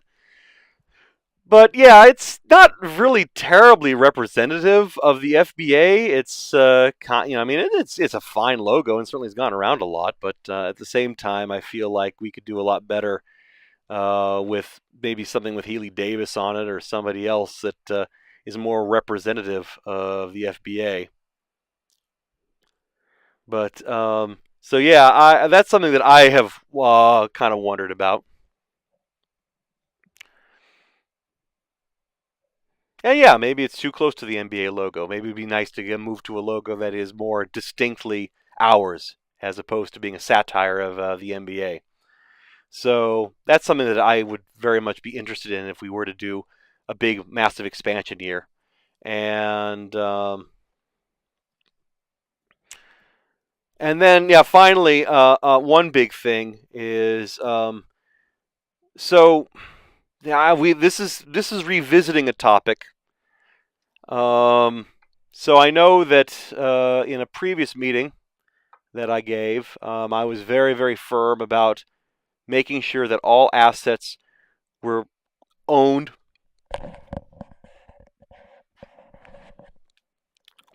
by the people who made them. Um, and we had this policy that yeah, if you make it, it's yours, and it's considered to be used by permission with the FBA, so you could pull it at any time. So that seems to work just fine for characters, and I wouldn't want to change that at all. I think that characters still should be the possession of those who create the characters. But there's been talk about if there's a way to at least make the non-character assets of the FBA into a Creative Commons. Technically, Tennessee Moonshiners is owned by Farallon because he came up with that idea, that team name. So that's owned by a guy. And technically, Dakota Bikers is owned by Codster, who has never done anything with the FBA, never made a character or anything, but he came up with that idea. It's a little bit messy when just teams are owned like that, and I think what would be cool that it would be cool if we could say that the teams are Creative Commons, are owned by anyone who wants to use the FBA. They're owned by the FBA. So nobody can make an additional claim beyond them. Just that Dakota Bikers is forever an FBA thing. If you want to do something with the FBA, you get Dakota Bikers as well. You don't have to separately go hunt down Codster and ask him permission. Hey, can I make a reference to the FBA? To the Dakota Bikers. And I think that would be very, very useful for us. So yeah, this would be an opportunity to do that if we did do a real re-scramble of the teams, rename them, relocate them, just roll the dice all over the map again. Then maybe the second time around we could start telling people, look, go make this go. All of these teams, if you're making them, you come up with these ideas. They're not yours anymore. Those you do sign off and you make and you give to the FBA so that anybody who's doing an FBA project has, maybe they don't have the rights to every character because those are owned by people, but they have rights to use any team names they want, any team assets they want, all the records they want, all of that stuff. And I think that could be really handy. And I mean, and also hopefully, exactly, got all the logos redone, all the fonts available, all the graphics as vectors everywhere that we can. So, now at the same time, the negatives of a league expansion, I did try to list a few here. It'd be Should we really consider an expansion when there's so much expanding we need to do inside the project? And this one is a tough one. I mean, this is why I came up with the whole. I mean, this is what I'd always thought before. It's already hard enough making 24 teams work. And there's so many characters that have so little detail to them. Why are we thinking about adding so many more characters and so many more teams when there's so much we need to do already just to get this whole thing put together?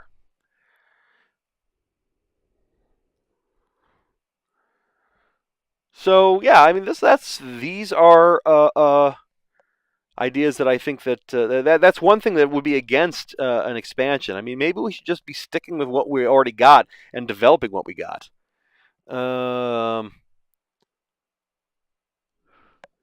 Further down, do we want to give up creative assets to a common license? That's something we have to find out as well. I mean, truth of the matter is, I know that giving up creative ideas is not a very palatable thing in this in the fandom. And if we were to successfully build an FBA Creative Commons, we would need people to genuinely sign off ownership of their ideas to the FBA.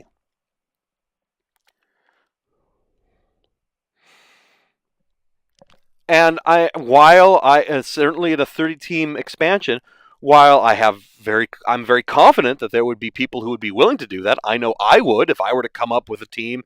I would be more than happy to just say, no, I don't own it anymore. I will never make a claim on that again. It belongs to the FBA. The end. I walk away. But can we do that 30 times? Can we do that will we be able to do that, or will we get 29 people willing to do it and one guy going, no, it's my idea, I own it, shut up, I won't give it away, or I'll need $500 for it or something like that. And I just like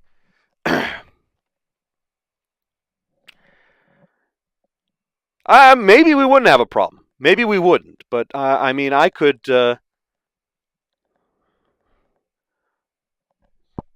so I mean, that is something that we would have to. It would be a tough thing to. We would have to find out.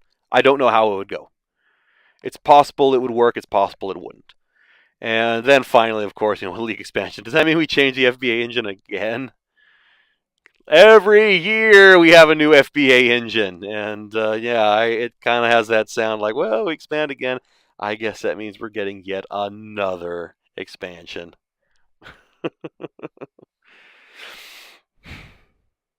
another engine change. So, well, just things to think about. I mean, the good news is that this is not anything we intend. We're certainly not doing it this year, and we're saying we're not going to do it next year. We are not expanding for the 2015-2016 season, but we may for 2016-2017. And I would love to get some opinions on that. If you guys can shoot some emails around to committee at furrybasketball.com. I'd love to hear from you guys. And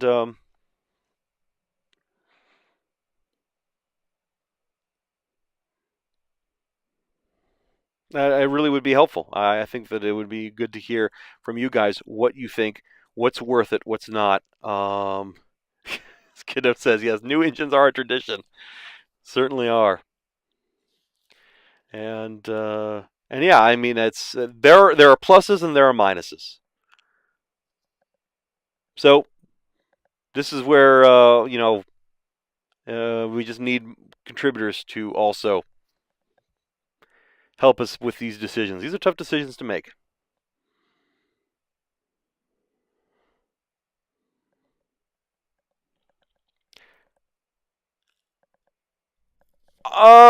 Yes, Pack, that would be a concern. To be perfectly honest, Pack, I kind of think we wouldn't have that much trouble. It's possible that maybe for the first year after an expansion, we would need to double up some people, like maybe have some people GM 2 teams or coach 2 teams or something like that. But as long as we'd be willing to do that, as a stopgap, I really don't feel we'd have too much difficulty getting enough people to GM and coach the teams. I really don't. So I think would work out.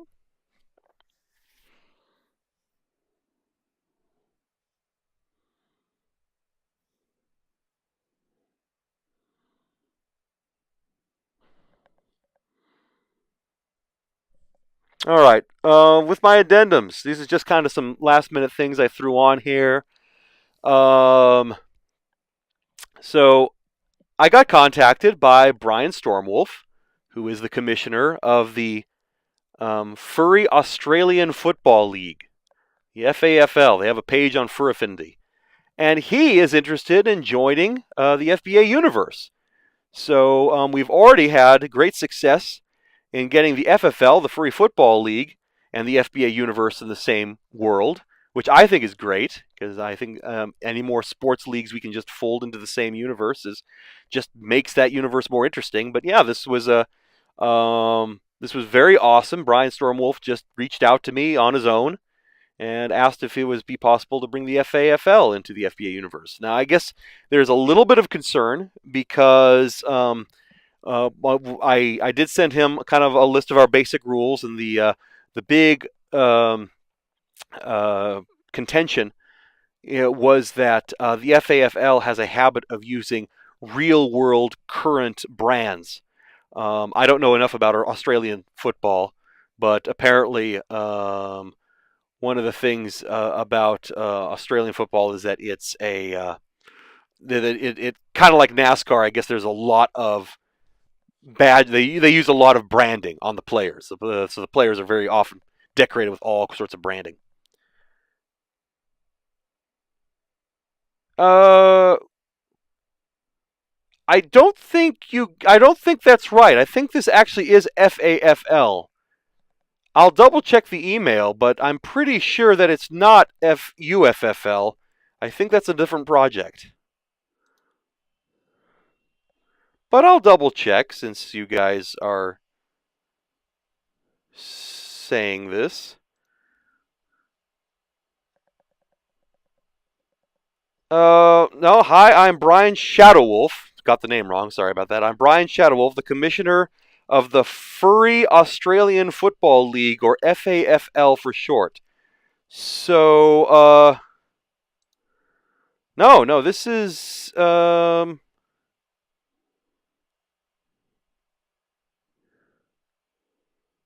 said FFL, isn't? Oh gosh, am I wrong on that? Is it UFL? UFFL? Jeez. I should know my own buddies, shouldn't I? I'm sorry, it's a mad world. I'm very sorry. UFFL. Yes, all right. Well, you weren't giving me anything. You were just all I saw was UFFL, UFFL all over the place. Jeez. Pardon me. We're already with the UFFL, and we want to add the FAFL. There's a lot of F's and L's in there. Okay. I'm sorry.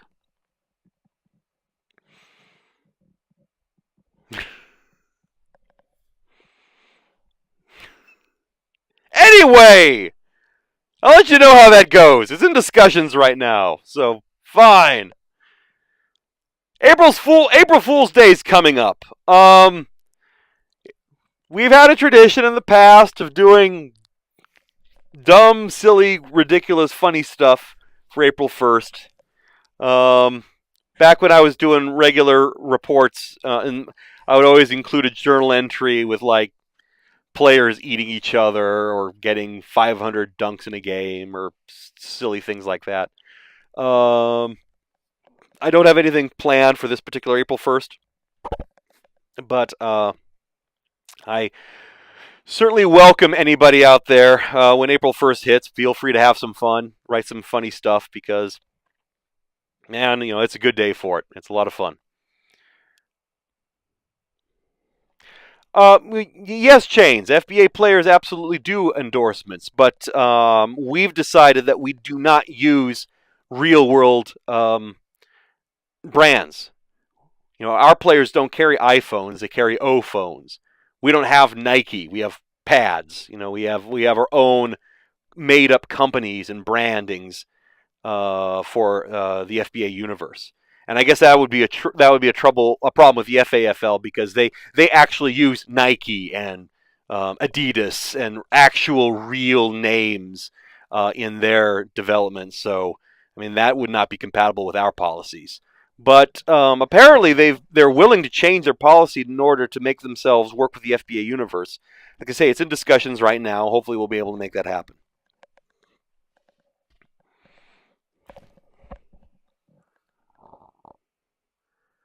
But yeah, April Fool's Day. Please, by all means, have some fun because it is funny. And another FBA tradition coming up is T Matt's 49th birthday will be on April 28th.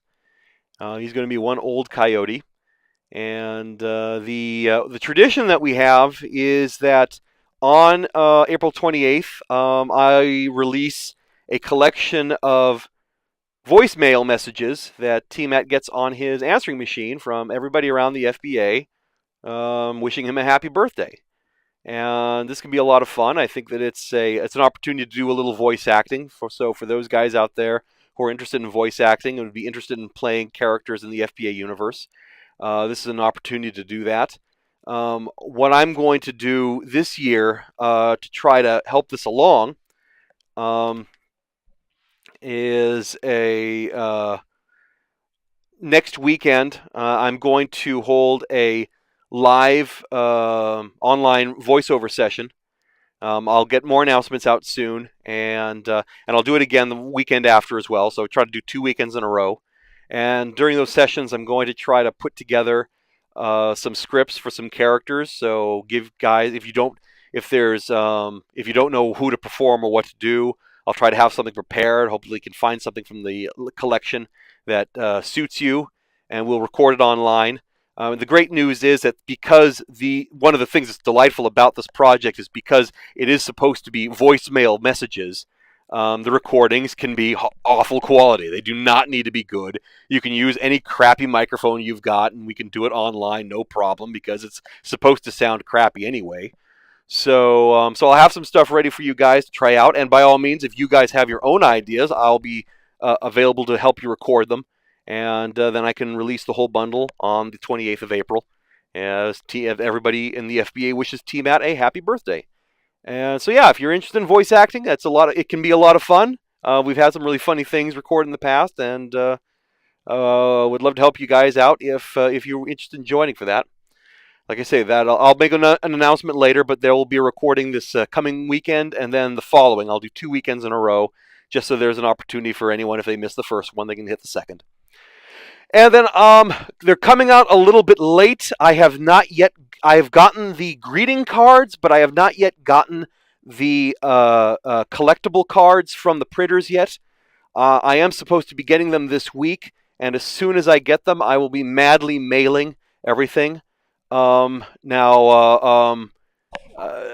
while I realize that we are 1 week away from Easter, it's very likely that, especially those of you who are overseas, will not get your Easter cards before Easter arrives, and I apologize for that. So yeah, we're getting a little bit late on the Easter cards, but they are on their way.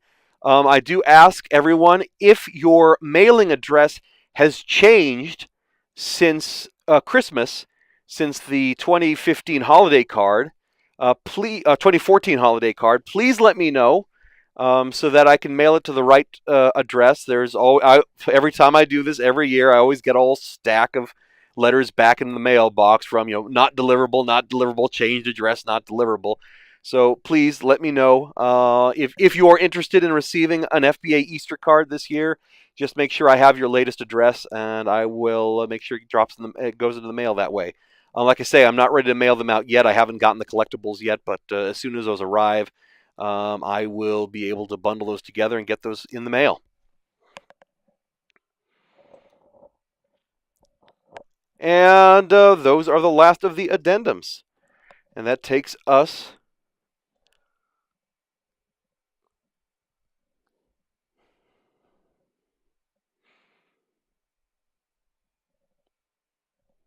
All you need to do is give me your address, Mount McCarthy. You can get a card.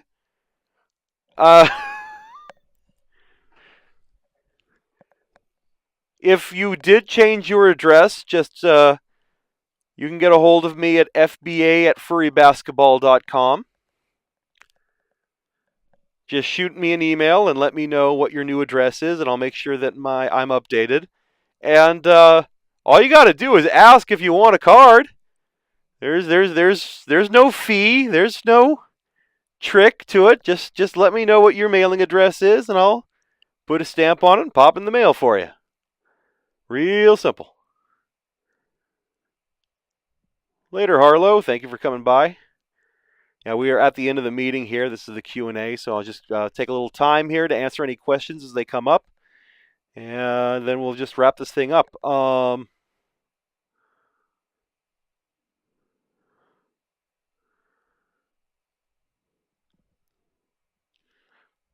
right, Harlow. Thank you very much. Yeah, I miss story time too.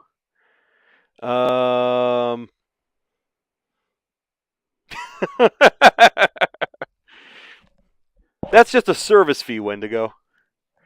No story time, but I am going to be editing some of my voice acting workshop recordings a little later this afternoon. So I'll be back online in a bit and working on that after this is over. Oh. Sorry, Pack. Yeah, how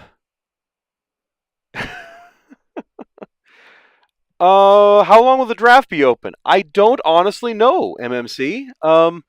So my personal policy when I was commissioner was I would leave the draft open for 1 month or until there were 100 submissions. So whichever came later. So I mean, basically, if I didn't have 100 characters submitted by a month, I would then extend it out until I did get 100 characters submitted. That was always my personal policy. And yes, Wendigo, I could talk for 10 minutes on Skype.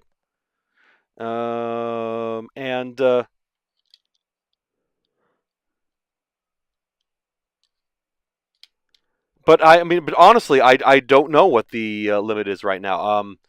We're getting it on right. We're getting the submission form up right now. I have not heard of any particular policy. If Stevie's out there listening, maybe he's decided on what he wants to do this year, but I don't know. It's going to be up, and I would fill it in as soon as you're ready with a character. Yeah, and Pack is absolutely right that even if you get the form submitted now and it's not perfect yet, you down the road you can always go back and fix up your character submission, resubmit the buyer or something like that. And don't worry, I never have I seen like submissions close up in like a day or something like that. No, this is not like table reservations at furry conventions. This is nothing like that. I assure you, you should have a solid month to submit your characters. It's not like, as soon as it's open, boom, it closes an hour. Not like that. Yeah, and then Wendigo is right. Is that in the past, instead of like just shutting down suddenly in the middle of everything, we there was a heads up to everyone, like, hey, by the way, we're on our last week. We're going to shut it down in a week. So if you haven't submitted yet, get them in there.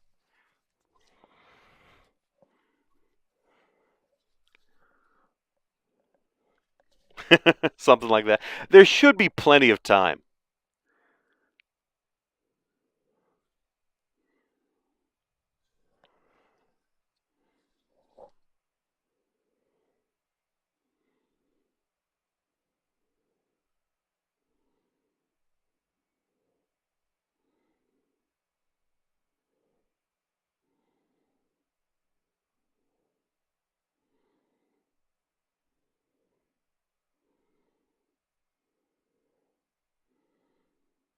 What?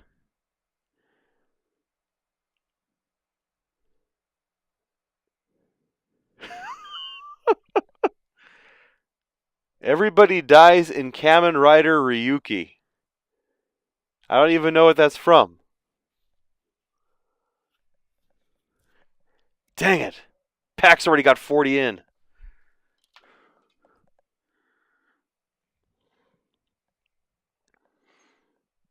Triv has a question.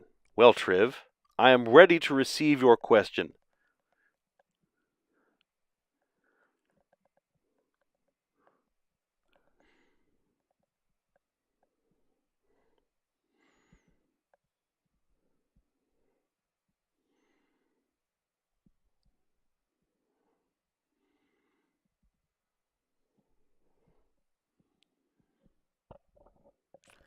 Well, no. Since Chains brings this up, no, because just because you submit a character doesn't mean that character is an FBA candidate, and may not mean that character can even be in the FBA universe, because the submission process does. We don't have any like filtering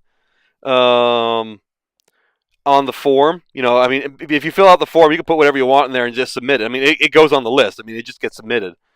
Um, but the problem is that so you could totally submit a character that would not fit with the FBA at all.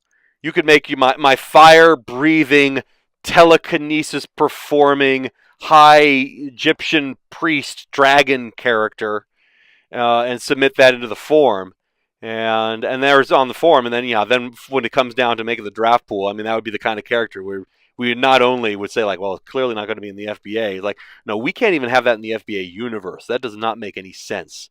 We can't have magical fire breathing dragons alongside major businesses and corporate sponsors. So yeah, just because you submit a character is no assurance that that character is going to be part of the FBA. So no, I would recommend that you don't make a Twitter account until the draft pool is announced. And at that point, once the draft pool is announced, all the characters that are in the draft pool, those are approved characters. Those characters are legit. Trivial, ask your question. I'm ready to receive it.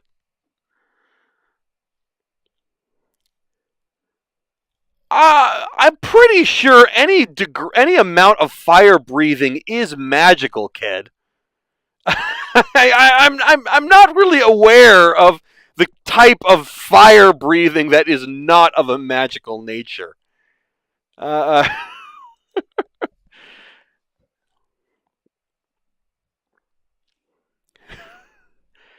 if there were fire breathing in the FBA universe, it would absolutely not be allowed in the middle of play. Absolutely not.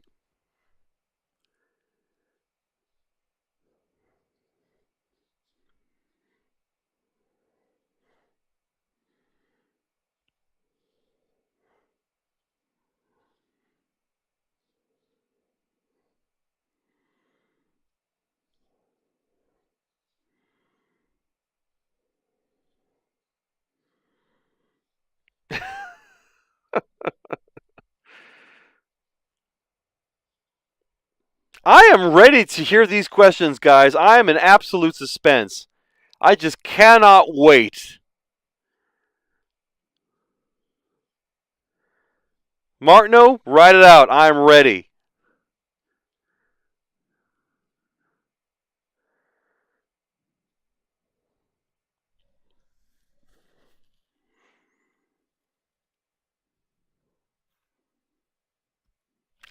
No, Mount McCarthy, no fire is allowed during FBA play.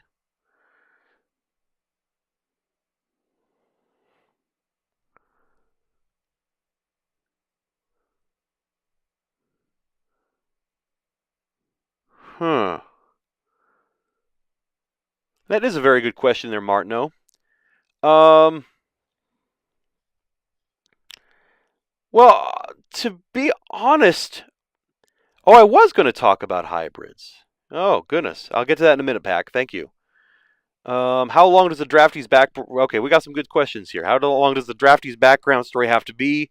And if characters are rejected by the committee, do we still have a chance to correct them to make the application? Um, I don't know. That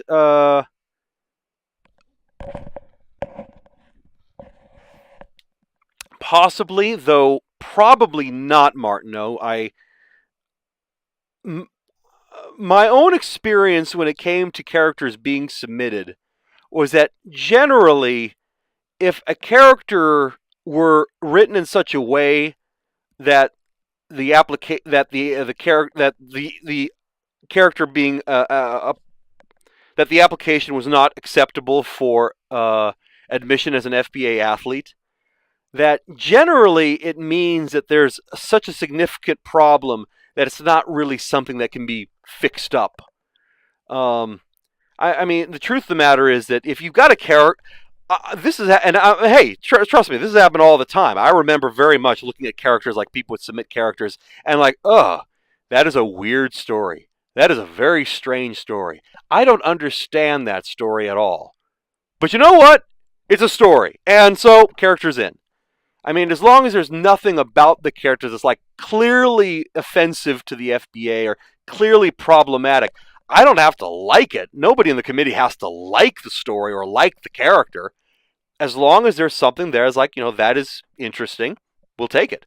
So if there really is a character that gets submitted and it's just like, no, that character cannot be an FBA candidate, it means there's something significantly wrong with the character. It's more than just the story was weird or we didn't like this or that. There's something inherently wrong. So while I don't know what policies will take, and I mean, I can only imagine that if we really did find a character that we thought was on the edge and we weren't sure, that we would at least give an opportunity to the person submitting them and let them know, look, if you could just make a little change, I think this would be okay. In general, if a character is not accepted, it's probably because there is something significantly wrong about the character submission. Trivial asked, how long does a draftee's background story have to be? Not long at all. There are plenty of characters who have had pages and pages of story that means very little, and then characters that have given me, I've read a single paragraph and it's everything. It is not about length. It is not about detail. It's about idea. And if you can come up with a concept, just any kind of character concept that is unique, that adds to the FBA playing body, just to all the players, I mean, that is going to mean far more than any kind of long, detailed story.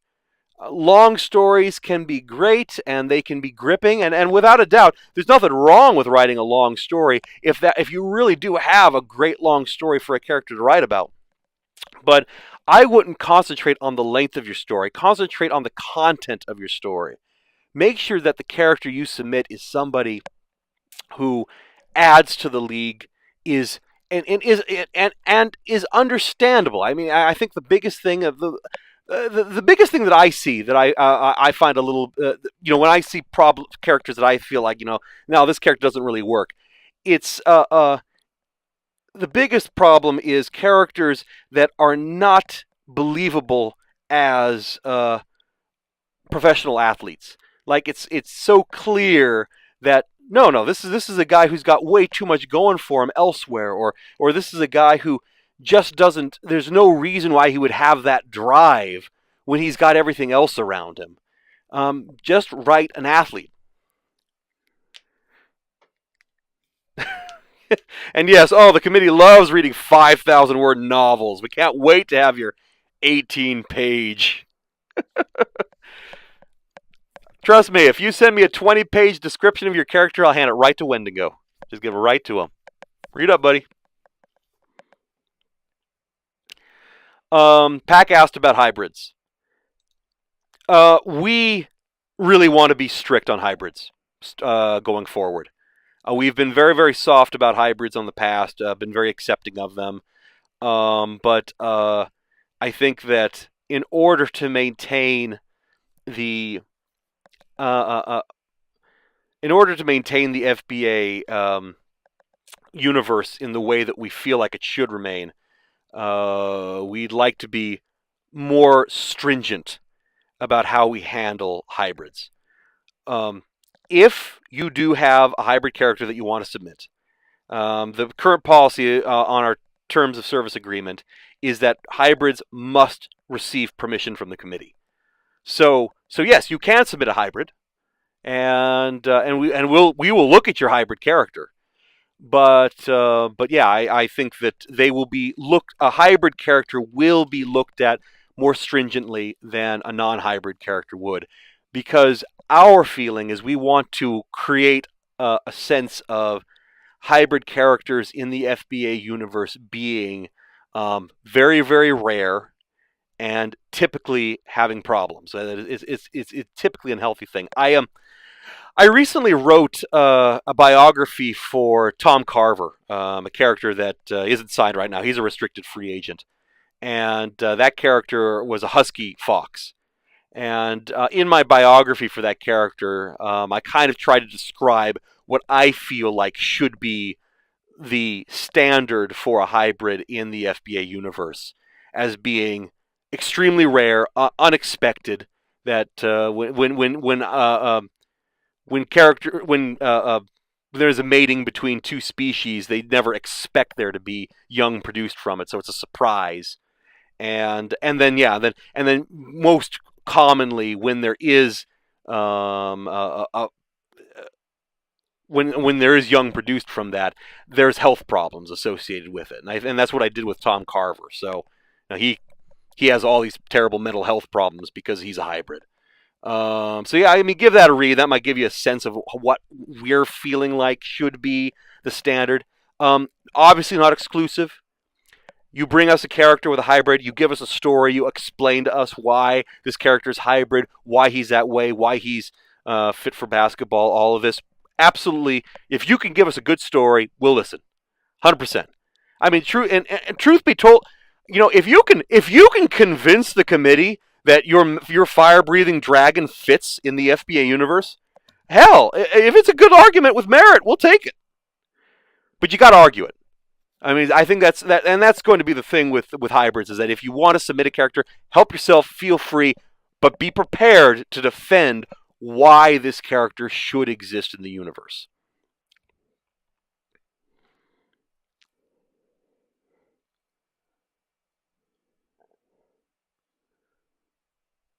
Yeah, story trumps all, absolutely.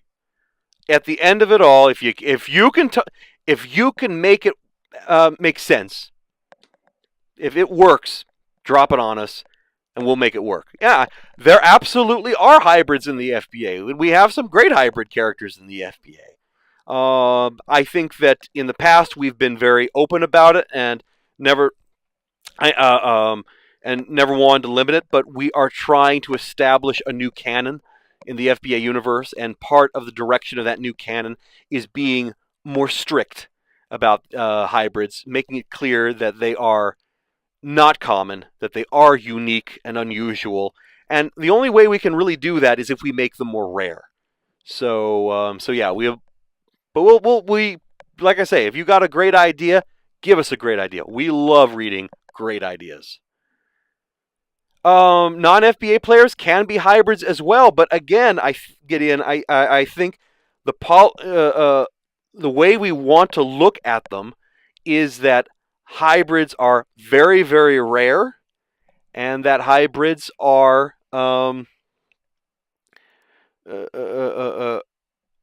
typically saddled with unfortunate health issues.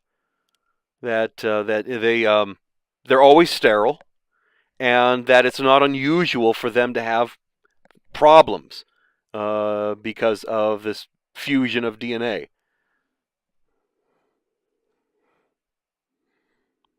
Now, given that, given that, I mean, make that into a story. That's what I did with Tom Carver. Is that, I just, I got this hybrid character. I was trying to fit up to this new standard. So you know what? Yeah, he was rare. He was unexpected. It was difficult for him, and he's got health problems because of it. So, but I think that would be the standard to go by. And yes, hybrids are sterile. I think that's something that we did want to say very firmly, because the trouble is that if you don't make hybrids sterile, then you could hybridize again and again and again and again until you've got 15 different species packed into somebody. And that would be, if that were possible in the FBA universe, then we would see a significant amount more of that than we actually do. So, in order to avoid that, we are saying firmly that hybrid characters are sterile. Yep, no Theo babies. No kids for Theo, and especially not with Shannon.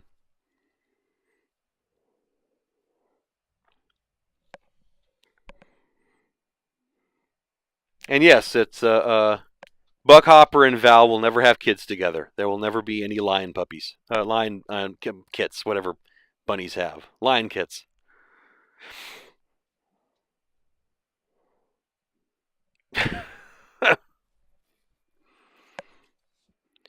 um, when Godfrey Zinfandel and Michaela Ramos got married, made the point that they adopted a goat because the two of them can't have kids together. So I mean, this has already been something that we've been establishing. That, look,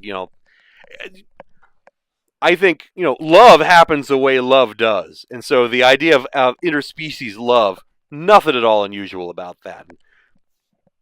Undoubtedly, going to happen all over the place, and that's fine.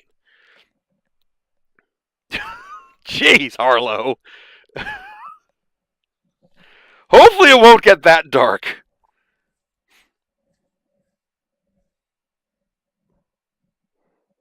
And that's very true, Kinto. Maybe sperm and egg donating is actually a big deal. Maybe that's a much larger business in the FBA universe than in ours.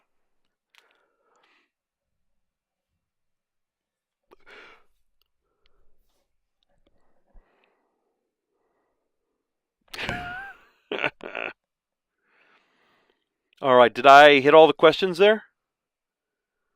Talked about hybrids.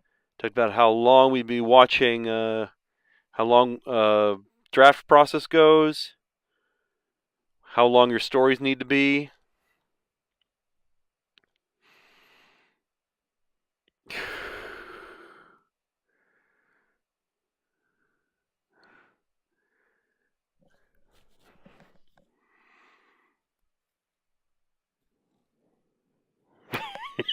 You guys, very dark turn here suddenly.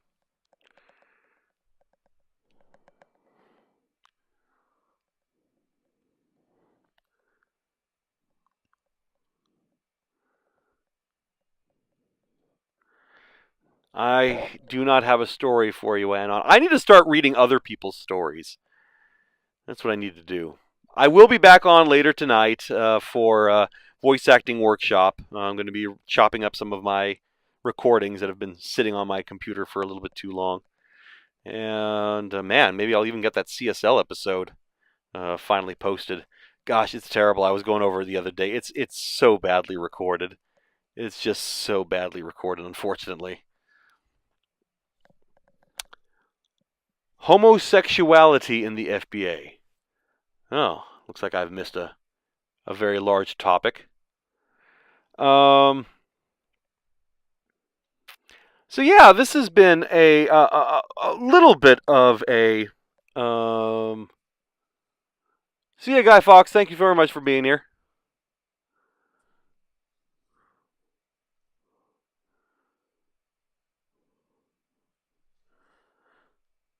All right, trying to catch up, make sure I got these. How is the stats boost working for this break? Stat boost. Okay. That is a commissioner question. I can't answer that. It's a Mad World. You're gonna have to speak to Stevie about that one. That I honestly cannot answer that for you. And then Arterian. What are the restrictions, if any, for characters created within the FBA universe but not part of the FBA league? So we do expect all characters in the FBA universe to hold to the same standard as if we have characters in the FBA universe when it comes to hybrids. I've just explained those rules. We expect characters to be modern, non-magical. No, when we don't accept copyrighted characters. No My Little Ponies. No Pokemon.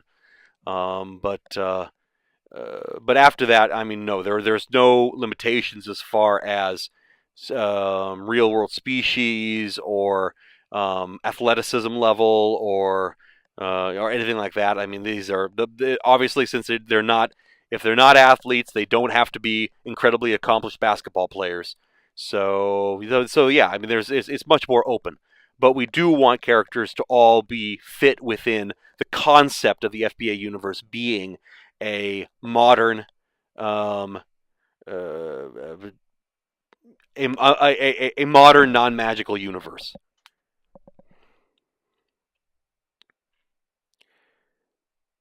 Sorry, Gabe. Yeah, Gabe Fox. Bye, Gabe.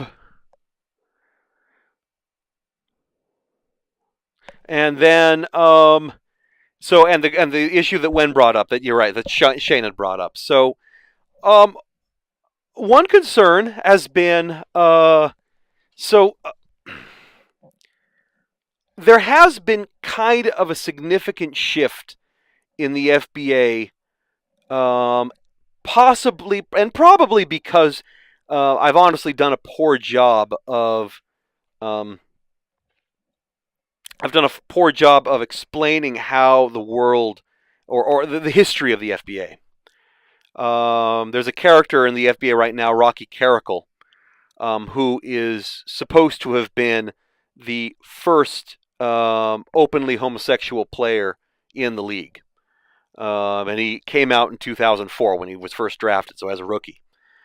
And part of that character's story is that it was controversial for him to do that, but he got support. And in fact, Shane Rufus, that character with the Howlers, was the one who supported Rocky Caracal after he'd come out to everyone. So now, I mean, I think that's a good story. I'm proud of that. It means the FBA came out years before the NBA did, because Jason Collins didn't come out until 2012, I don't believe. So yeah, I mean, here we were. So I think that it was a good. I liked that as a solution because it meant that the FBA was more progressive than the real world was, but at the same time, it also allowed the FBA to have a uh, um, a sense of restriction on or a difficulty with homosexuality that is typical in athletic circles. Now, granted, I think that because the FBA is a co-ed league, that it is a different thing. One of the things that's very unique about real world leagues, especially the NBA, is that while the NBA is technically co-ed, my understanding is there are no genuine restrictions on NBA players that they have to be male. A woman is free to join the draft, and if she can get onto a team, she's welcome into the NBA as well. While that's technically so, there have not been any women that have played in the NBA. I know someone's going to correct me on that one, because I'm forgetting her name. There was a woman who was part of who did get picked up in 1986, I believe, and play. She never played an NBA game, unfortunately, but she was signed to a team for a little bit. But the fact that the FBA is supposed to have always been a co-ed league from the beginning, which I've like, and I think is definitely a strength of this project, and something I very much like about the FBA universe. That the idea that the FBA was so progressive at the beginning of its history that it shattered even not just species barriers, but also gender barriers as well. That it's that it does. It would. I could easily see that the FBA would have a different take on on sexuality of the players than an all male league would. And in a way, it makes perfect sense that a guy like Rocky Carrickle would be able to come out in 2004, well before athletes in the NBA would feel comfortable. I think that there's been concern that we've kind of swung totally far the other way, where now there's such a significant amount of public nookie going on with all the players. There's a lot of hooking up going on. There's a whole lot of characters falling in love with each other, and a whole lot of very open and assertive characters being romantic. It's starting to wonder. It's starting to stretch, I guess, the barriers a little bit. I don't know how you guys feel about this, but I sort of feel like it's a little. I'll be honest that it's in a way it's a little bit. I suppose that I can be a little bit disappointed by the fact that it kind of dilutes the story of Rocky Carrickle a little bit when the FBA has turned the other way so strongly. But at the same time, I can sort of understand that when you really get down to it, it's I am sure that when somebody breaks the dam, the flow just comes out so rapidly. It's a little bit like how. Why is it that for years people have fought and fought and fought against the idea of gay marriage, and to the point that we had federal laws in the way to prevent gay marriage in this country, and then pretty much as soon as a couple of states started opening up and allowing it, dude, now the whole country is like 70% pro for it. It's like they don't even care anymore. Like it's done, whatever. I mean, and that's just been in a couple of years. And maybe that is a good way of looking at this in the FBA, because I can sort of see how, like, yeah, okay, Rocky was the first one to have the guts to do it, but he did it, and he did well, and he's still playing, and he's respected as a player, and so now nobody has to care. But at the same time, Pac's right as well that when there's so much romanticism going on between players, between guys, characters that are theoretically supposed to be dedicated to their sports, that their job, the reason they're paid millions of dollars a year, is to play the game and be the best at the sport they can be, then it starts to get a little questionable. I mean, why are they spending so much time together? Why are they spending so much time being all romantic with each other instead of, focusing on winning games, what they're being paid to do? Eh. And yeah, I mean, I think that maybe you got a point there, Pac. That maybe it's not really doesn't really have anything to do with gay or straight, because truth of the matter is that you're right. I mean, I think that it has been 11 years later. When this is one of these things that once the change starts, it changes very quickly, and that kind of makes sense that that might be what we're seeing out there. So that doesn't necessarily feel wrong to me. But what does feel wrong is just the amount of romantic interest going on. It's just like, well, you know what? I mean, these guys are supposed to be focusing on their game. Do they really have the time to go after one another? And frankly, if they are, I guess, if a character happens to be married or something like that, yeah, it happens, whatever. But at the same time, how many of them would do it with another player? I mean, I guess that's the big thing, is that how many of them would really get into the unprofessional situation of starting a relationship with someone who's supposedly at the same levels, like dating somebody in the office. Yeah, I think that's a good point to see, Pack, is that you're absolutely right. It happens, and the fact that it's happening at all is not necessarily a bad thing, not at all. But I think it might be. It's at times it feels like it's gone a little excessive. We're getting a whole lot of it. Eh, well, God, I mean, you're absolutely right, MMC. What they talk about at the the last Summer Olympics. A giant, they had this giant structure that was built to house 5,000 athletes, and it was just all the athletes in the athletic village. That's where they would stay at night, just where their dorms were and stuff. And it was a co-ed building, and they had 5,000 condoms saved for it. Just round the clock available condoms for the athletes. And I guess they made the point. These apparently athletes screw like rabbits. they just that's just what they do. And so now, I mean, I'm not aware of there being any big hookups, romantic things. I think that for the most part, everyone was aware that no, they're just having sex. That's all they're doing. They're not becoming boyfriend, girlfriend, tweeting each other sweet things or anything like that. No, they're just doing sex. But yeah, I mean that's not made up. I mean that's just what I hear. I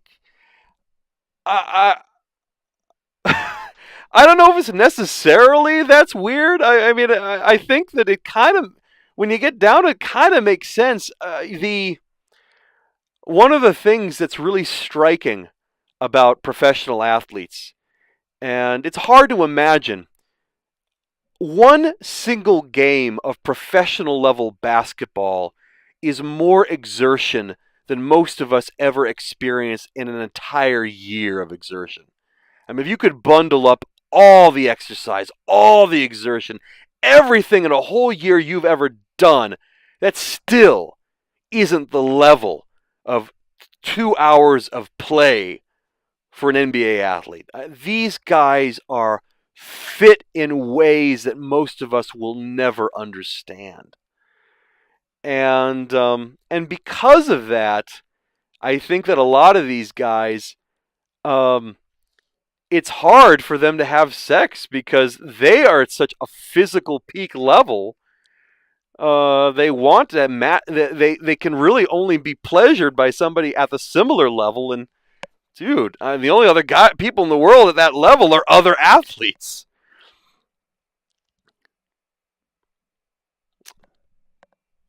That's a very good point there, Pack. Both things. I mean, you're old vet eloping with a teenage rookie. That is, I agree. That is an unusual story, and it doesn't feel very convincing. Just age difference. Just based off that. I mean, it's just like how much does that happen, regardless of sports? And then yeah, rookie hookups is a little bit odd as well, because I think that I mean, especially when you're a rookie, especially when your job is to focus, when you got to prove yourself. I mean, rookies. These are the guys that have the most to lose. If they can't prove themselves in 2 years, they're gone. They're out of the FBA, and they've lost that opportunity. So they have got to focus on their games, and for them to, hooking up and having romantic intervals with other characters is a little bit odd when your job is to stick to your game. These guys are pro sports. And yeah, again, Pac's right that keep in mind these guys are at a professional level. They're not just playing to have fun. They're not just playing because it's cool to play basketball. They're being paid millions of dollars to play at a professional level. And companies, groups, organizations don't pay people millions of dollars just to have fun. They pay them millions of dollars to perform. And so, yeah, if these guys are not performing, that is one thing I know that I've learned talking with NBA athletes, is that these guys are doing work. They work hard. Like I say, one game of NBA basketball, more than most of us ever work out in a year.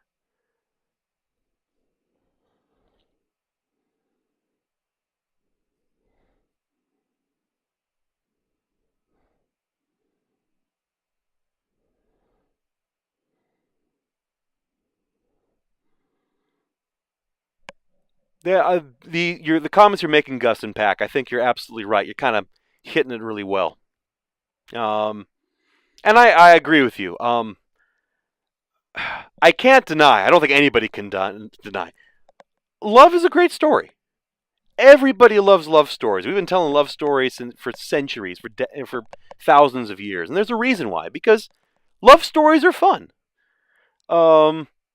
So in that sense, I mean, and particularly in a situation like the FBA, where ostensibly you're talking about all of these fantastically good-looking, incredibly fit and healthy young men and women. It seems a little bit disingenuous to just say, no, there can't ever be a love story in here. Really? Seriously? I mean, all these great-looking people, all incredibly healthy, young. What I mean? It's like, I'm pretty sure young people do this all the time. It's kind of what they do. Yeah, I mean, if we were a single gender league, if it were all men, it would be. I think it would be a little bit more understandable that maybe there would be more pressure against it. But in a co-ed league, it's a little tough. There's a tough argument there. I agree that it takes away from the professionalism of the FBA. That there is a certain amount that it does take away from making it believable. But I do think that there's a considerable amount of slack that can be given to it.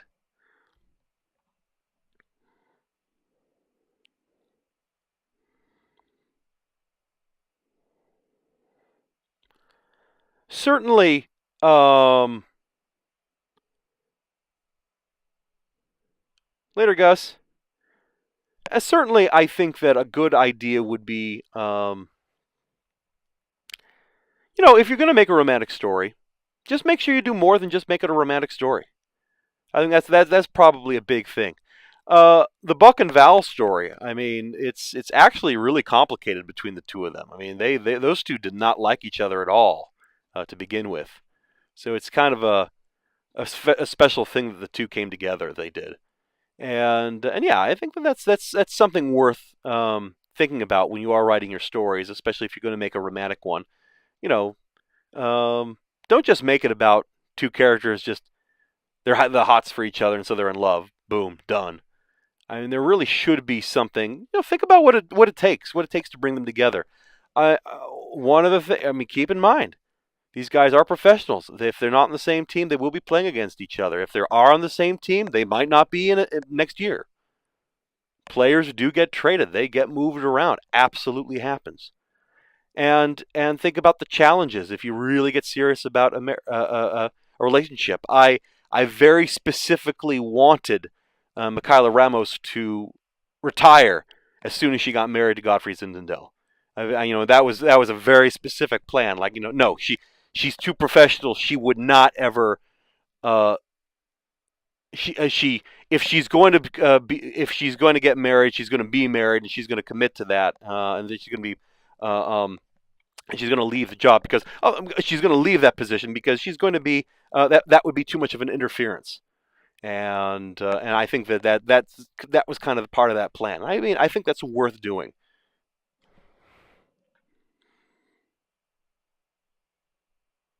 Oh, jeez. And yes, and the other thing is that keep in mind that there's plenty of there's romance that is not with other FBA players. Joey Cox married a writer. Klaus Korber's married an actress.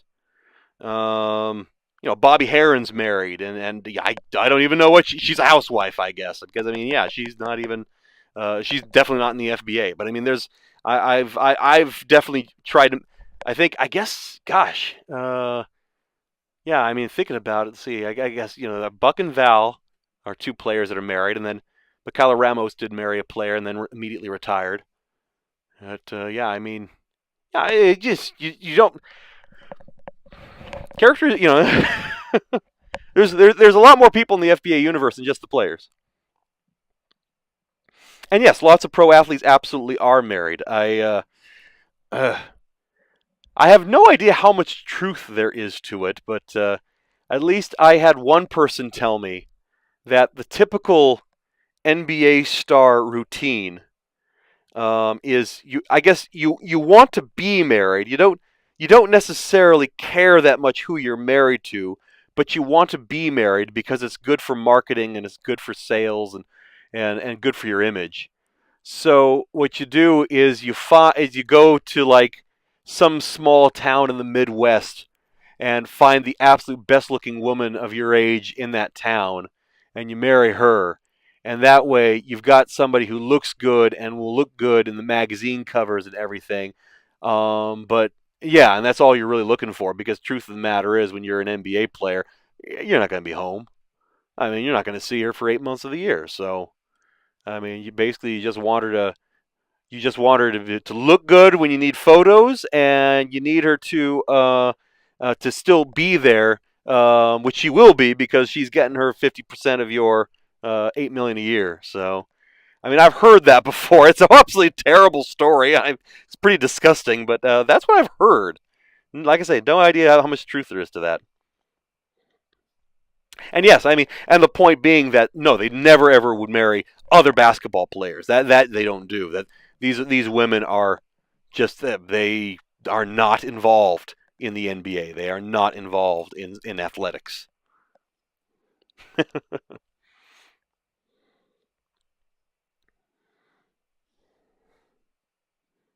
And to make babbies, yes.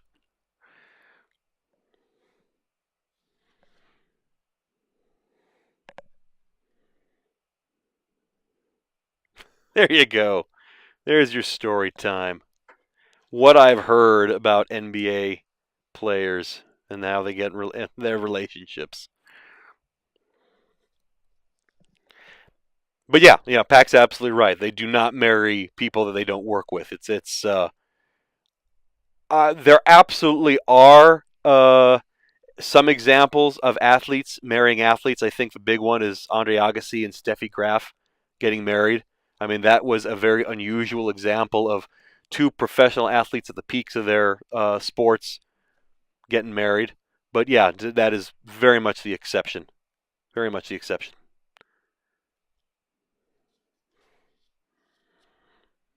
But remember, those FBA babbies only happen if they're the same species.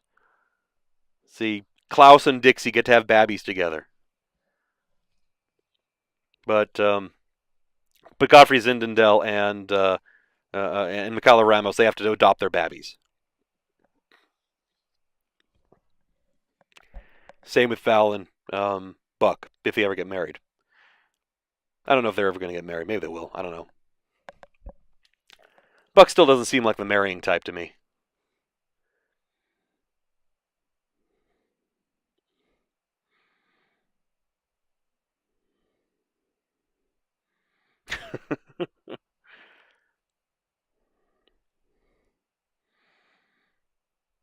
Oh boy, kid. Well, see, now that's another thing that people had brought up is that there might be um, a few too many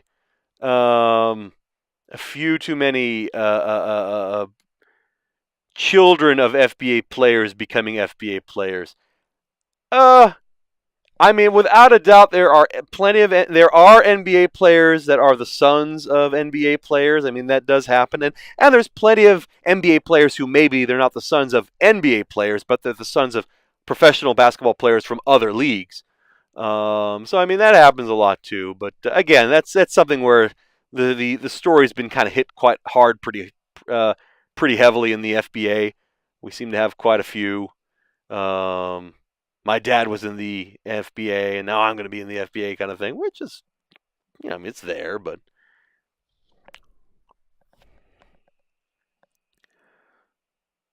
no more hybrid babies. Well, no, no, I mean, uh, uh, uh, hybrids can't have babbies.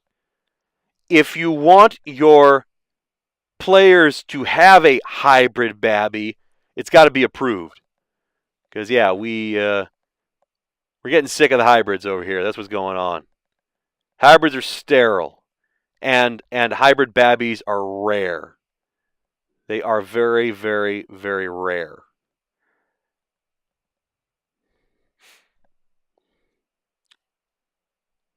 Stockton Bighorns. Was John Stockton a son of a? I didn't know that about John Stockton. If that's who you're talking about. Um, what there's Luke Walton. I know.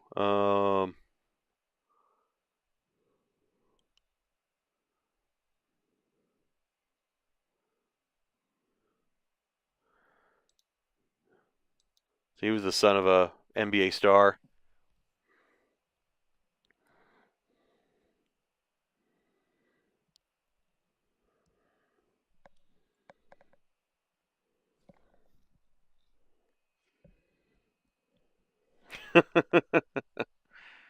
Totally.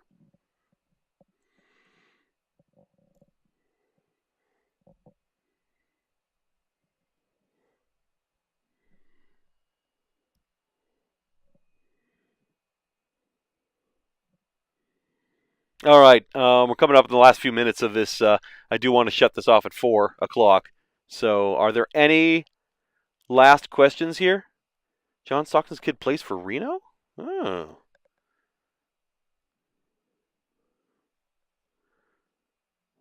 it's quite possible.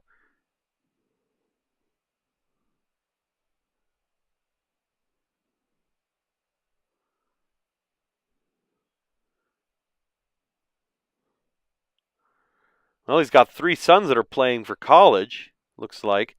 His oldest son formerly played at Whitmore College. Sean Stockton played in Montana. And Steve's youngest son, Riley, plays for Seattle Pacific.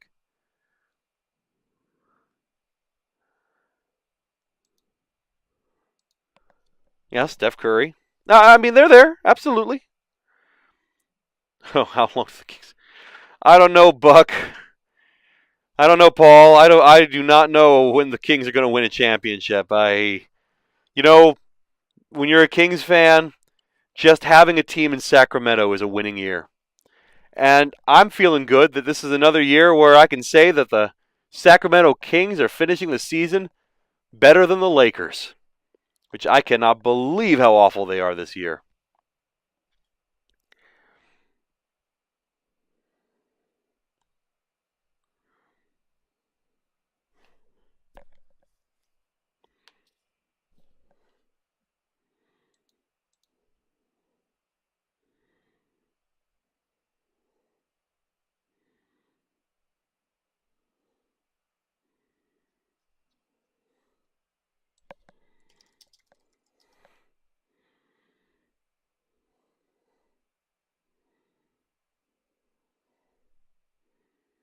Reno Bighorns, David Stockton. Look at that.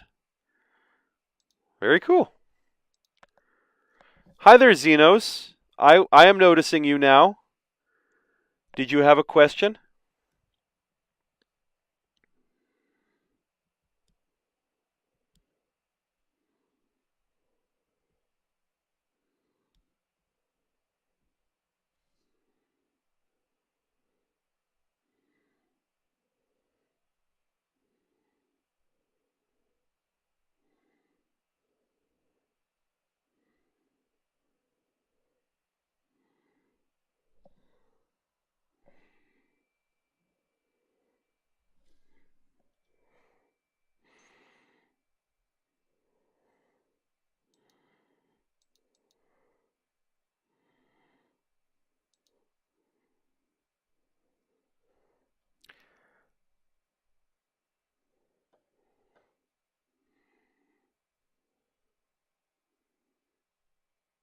I'm waiting very patiently, Xenos.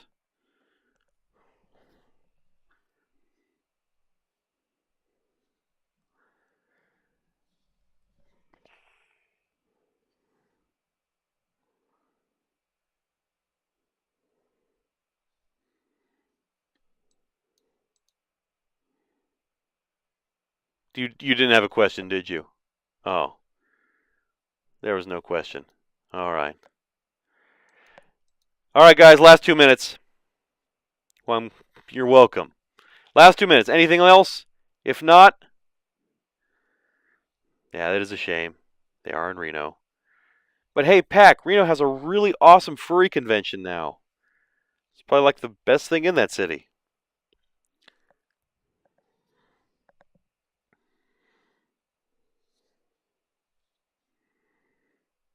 I gathered that, MMC. Thank you.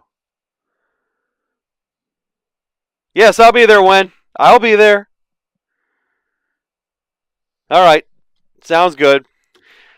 Guys, I'm wrapping this up. Thank you so much for being here at this meeting. I'm glad this worked after a little bit of technical difficulties, but hopefully next time around it will be a little simpler. Um, and yeah, these are always good, very inspiring. I appreciate the ideas. Thank you very much for the ideas, guys. I'll work on that latest stories and latest artwork submitted on the website. Those would be great ideas. I think those would be really well integrated. And thank you all for being here. And with that, I'm T-Matt, and that is a swish.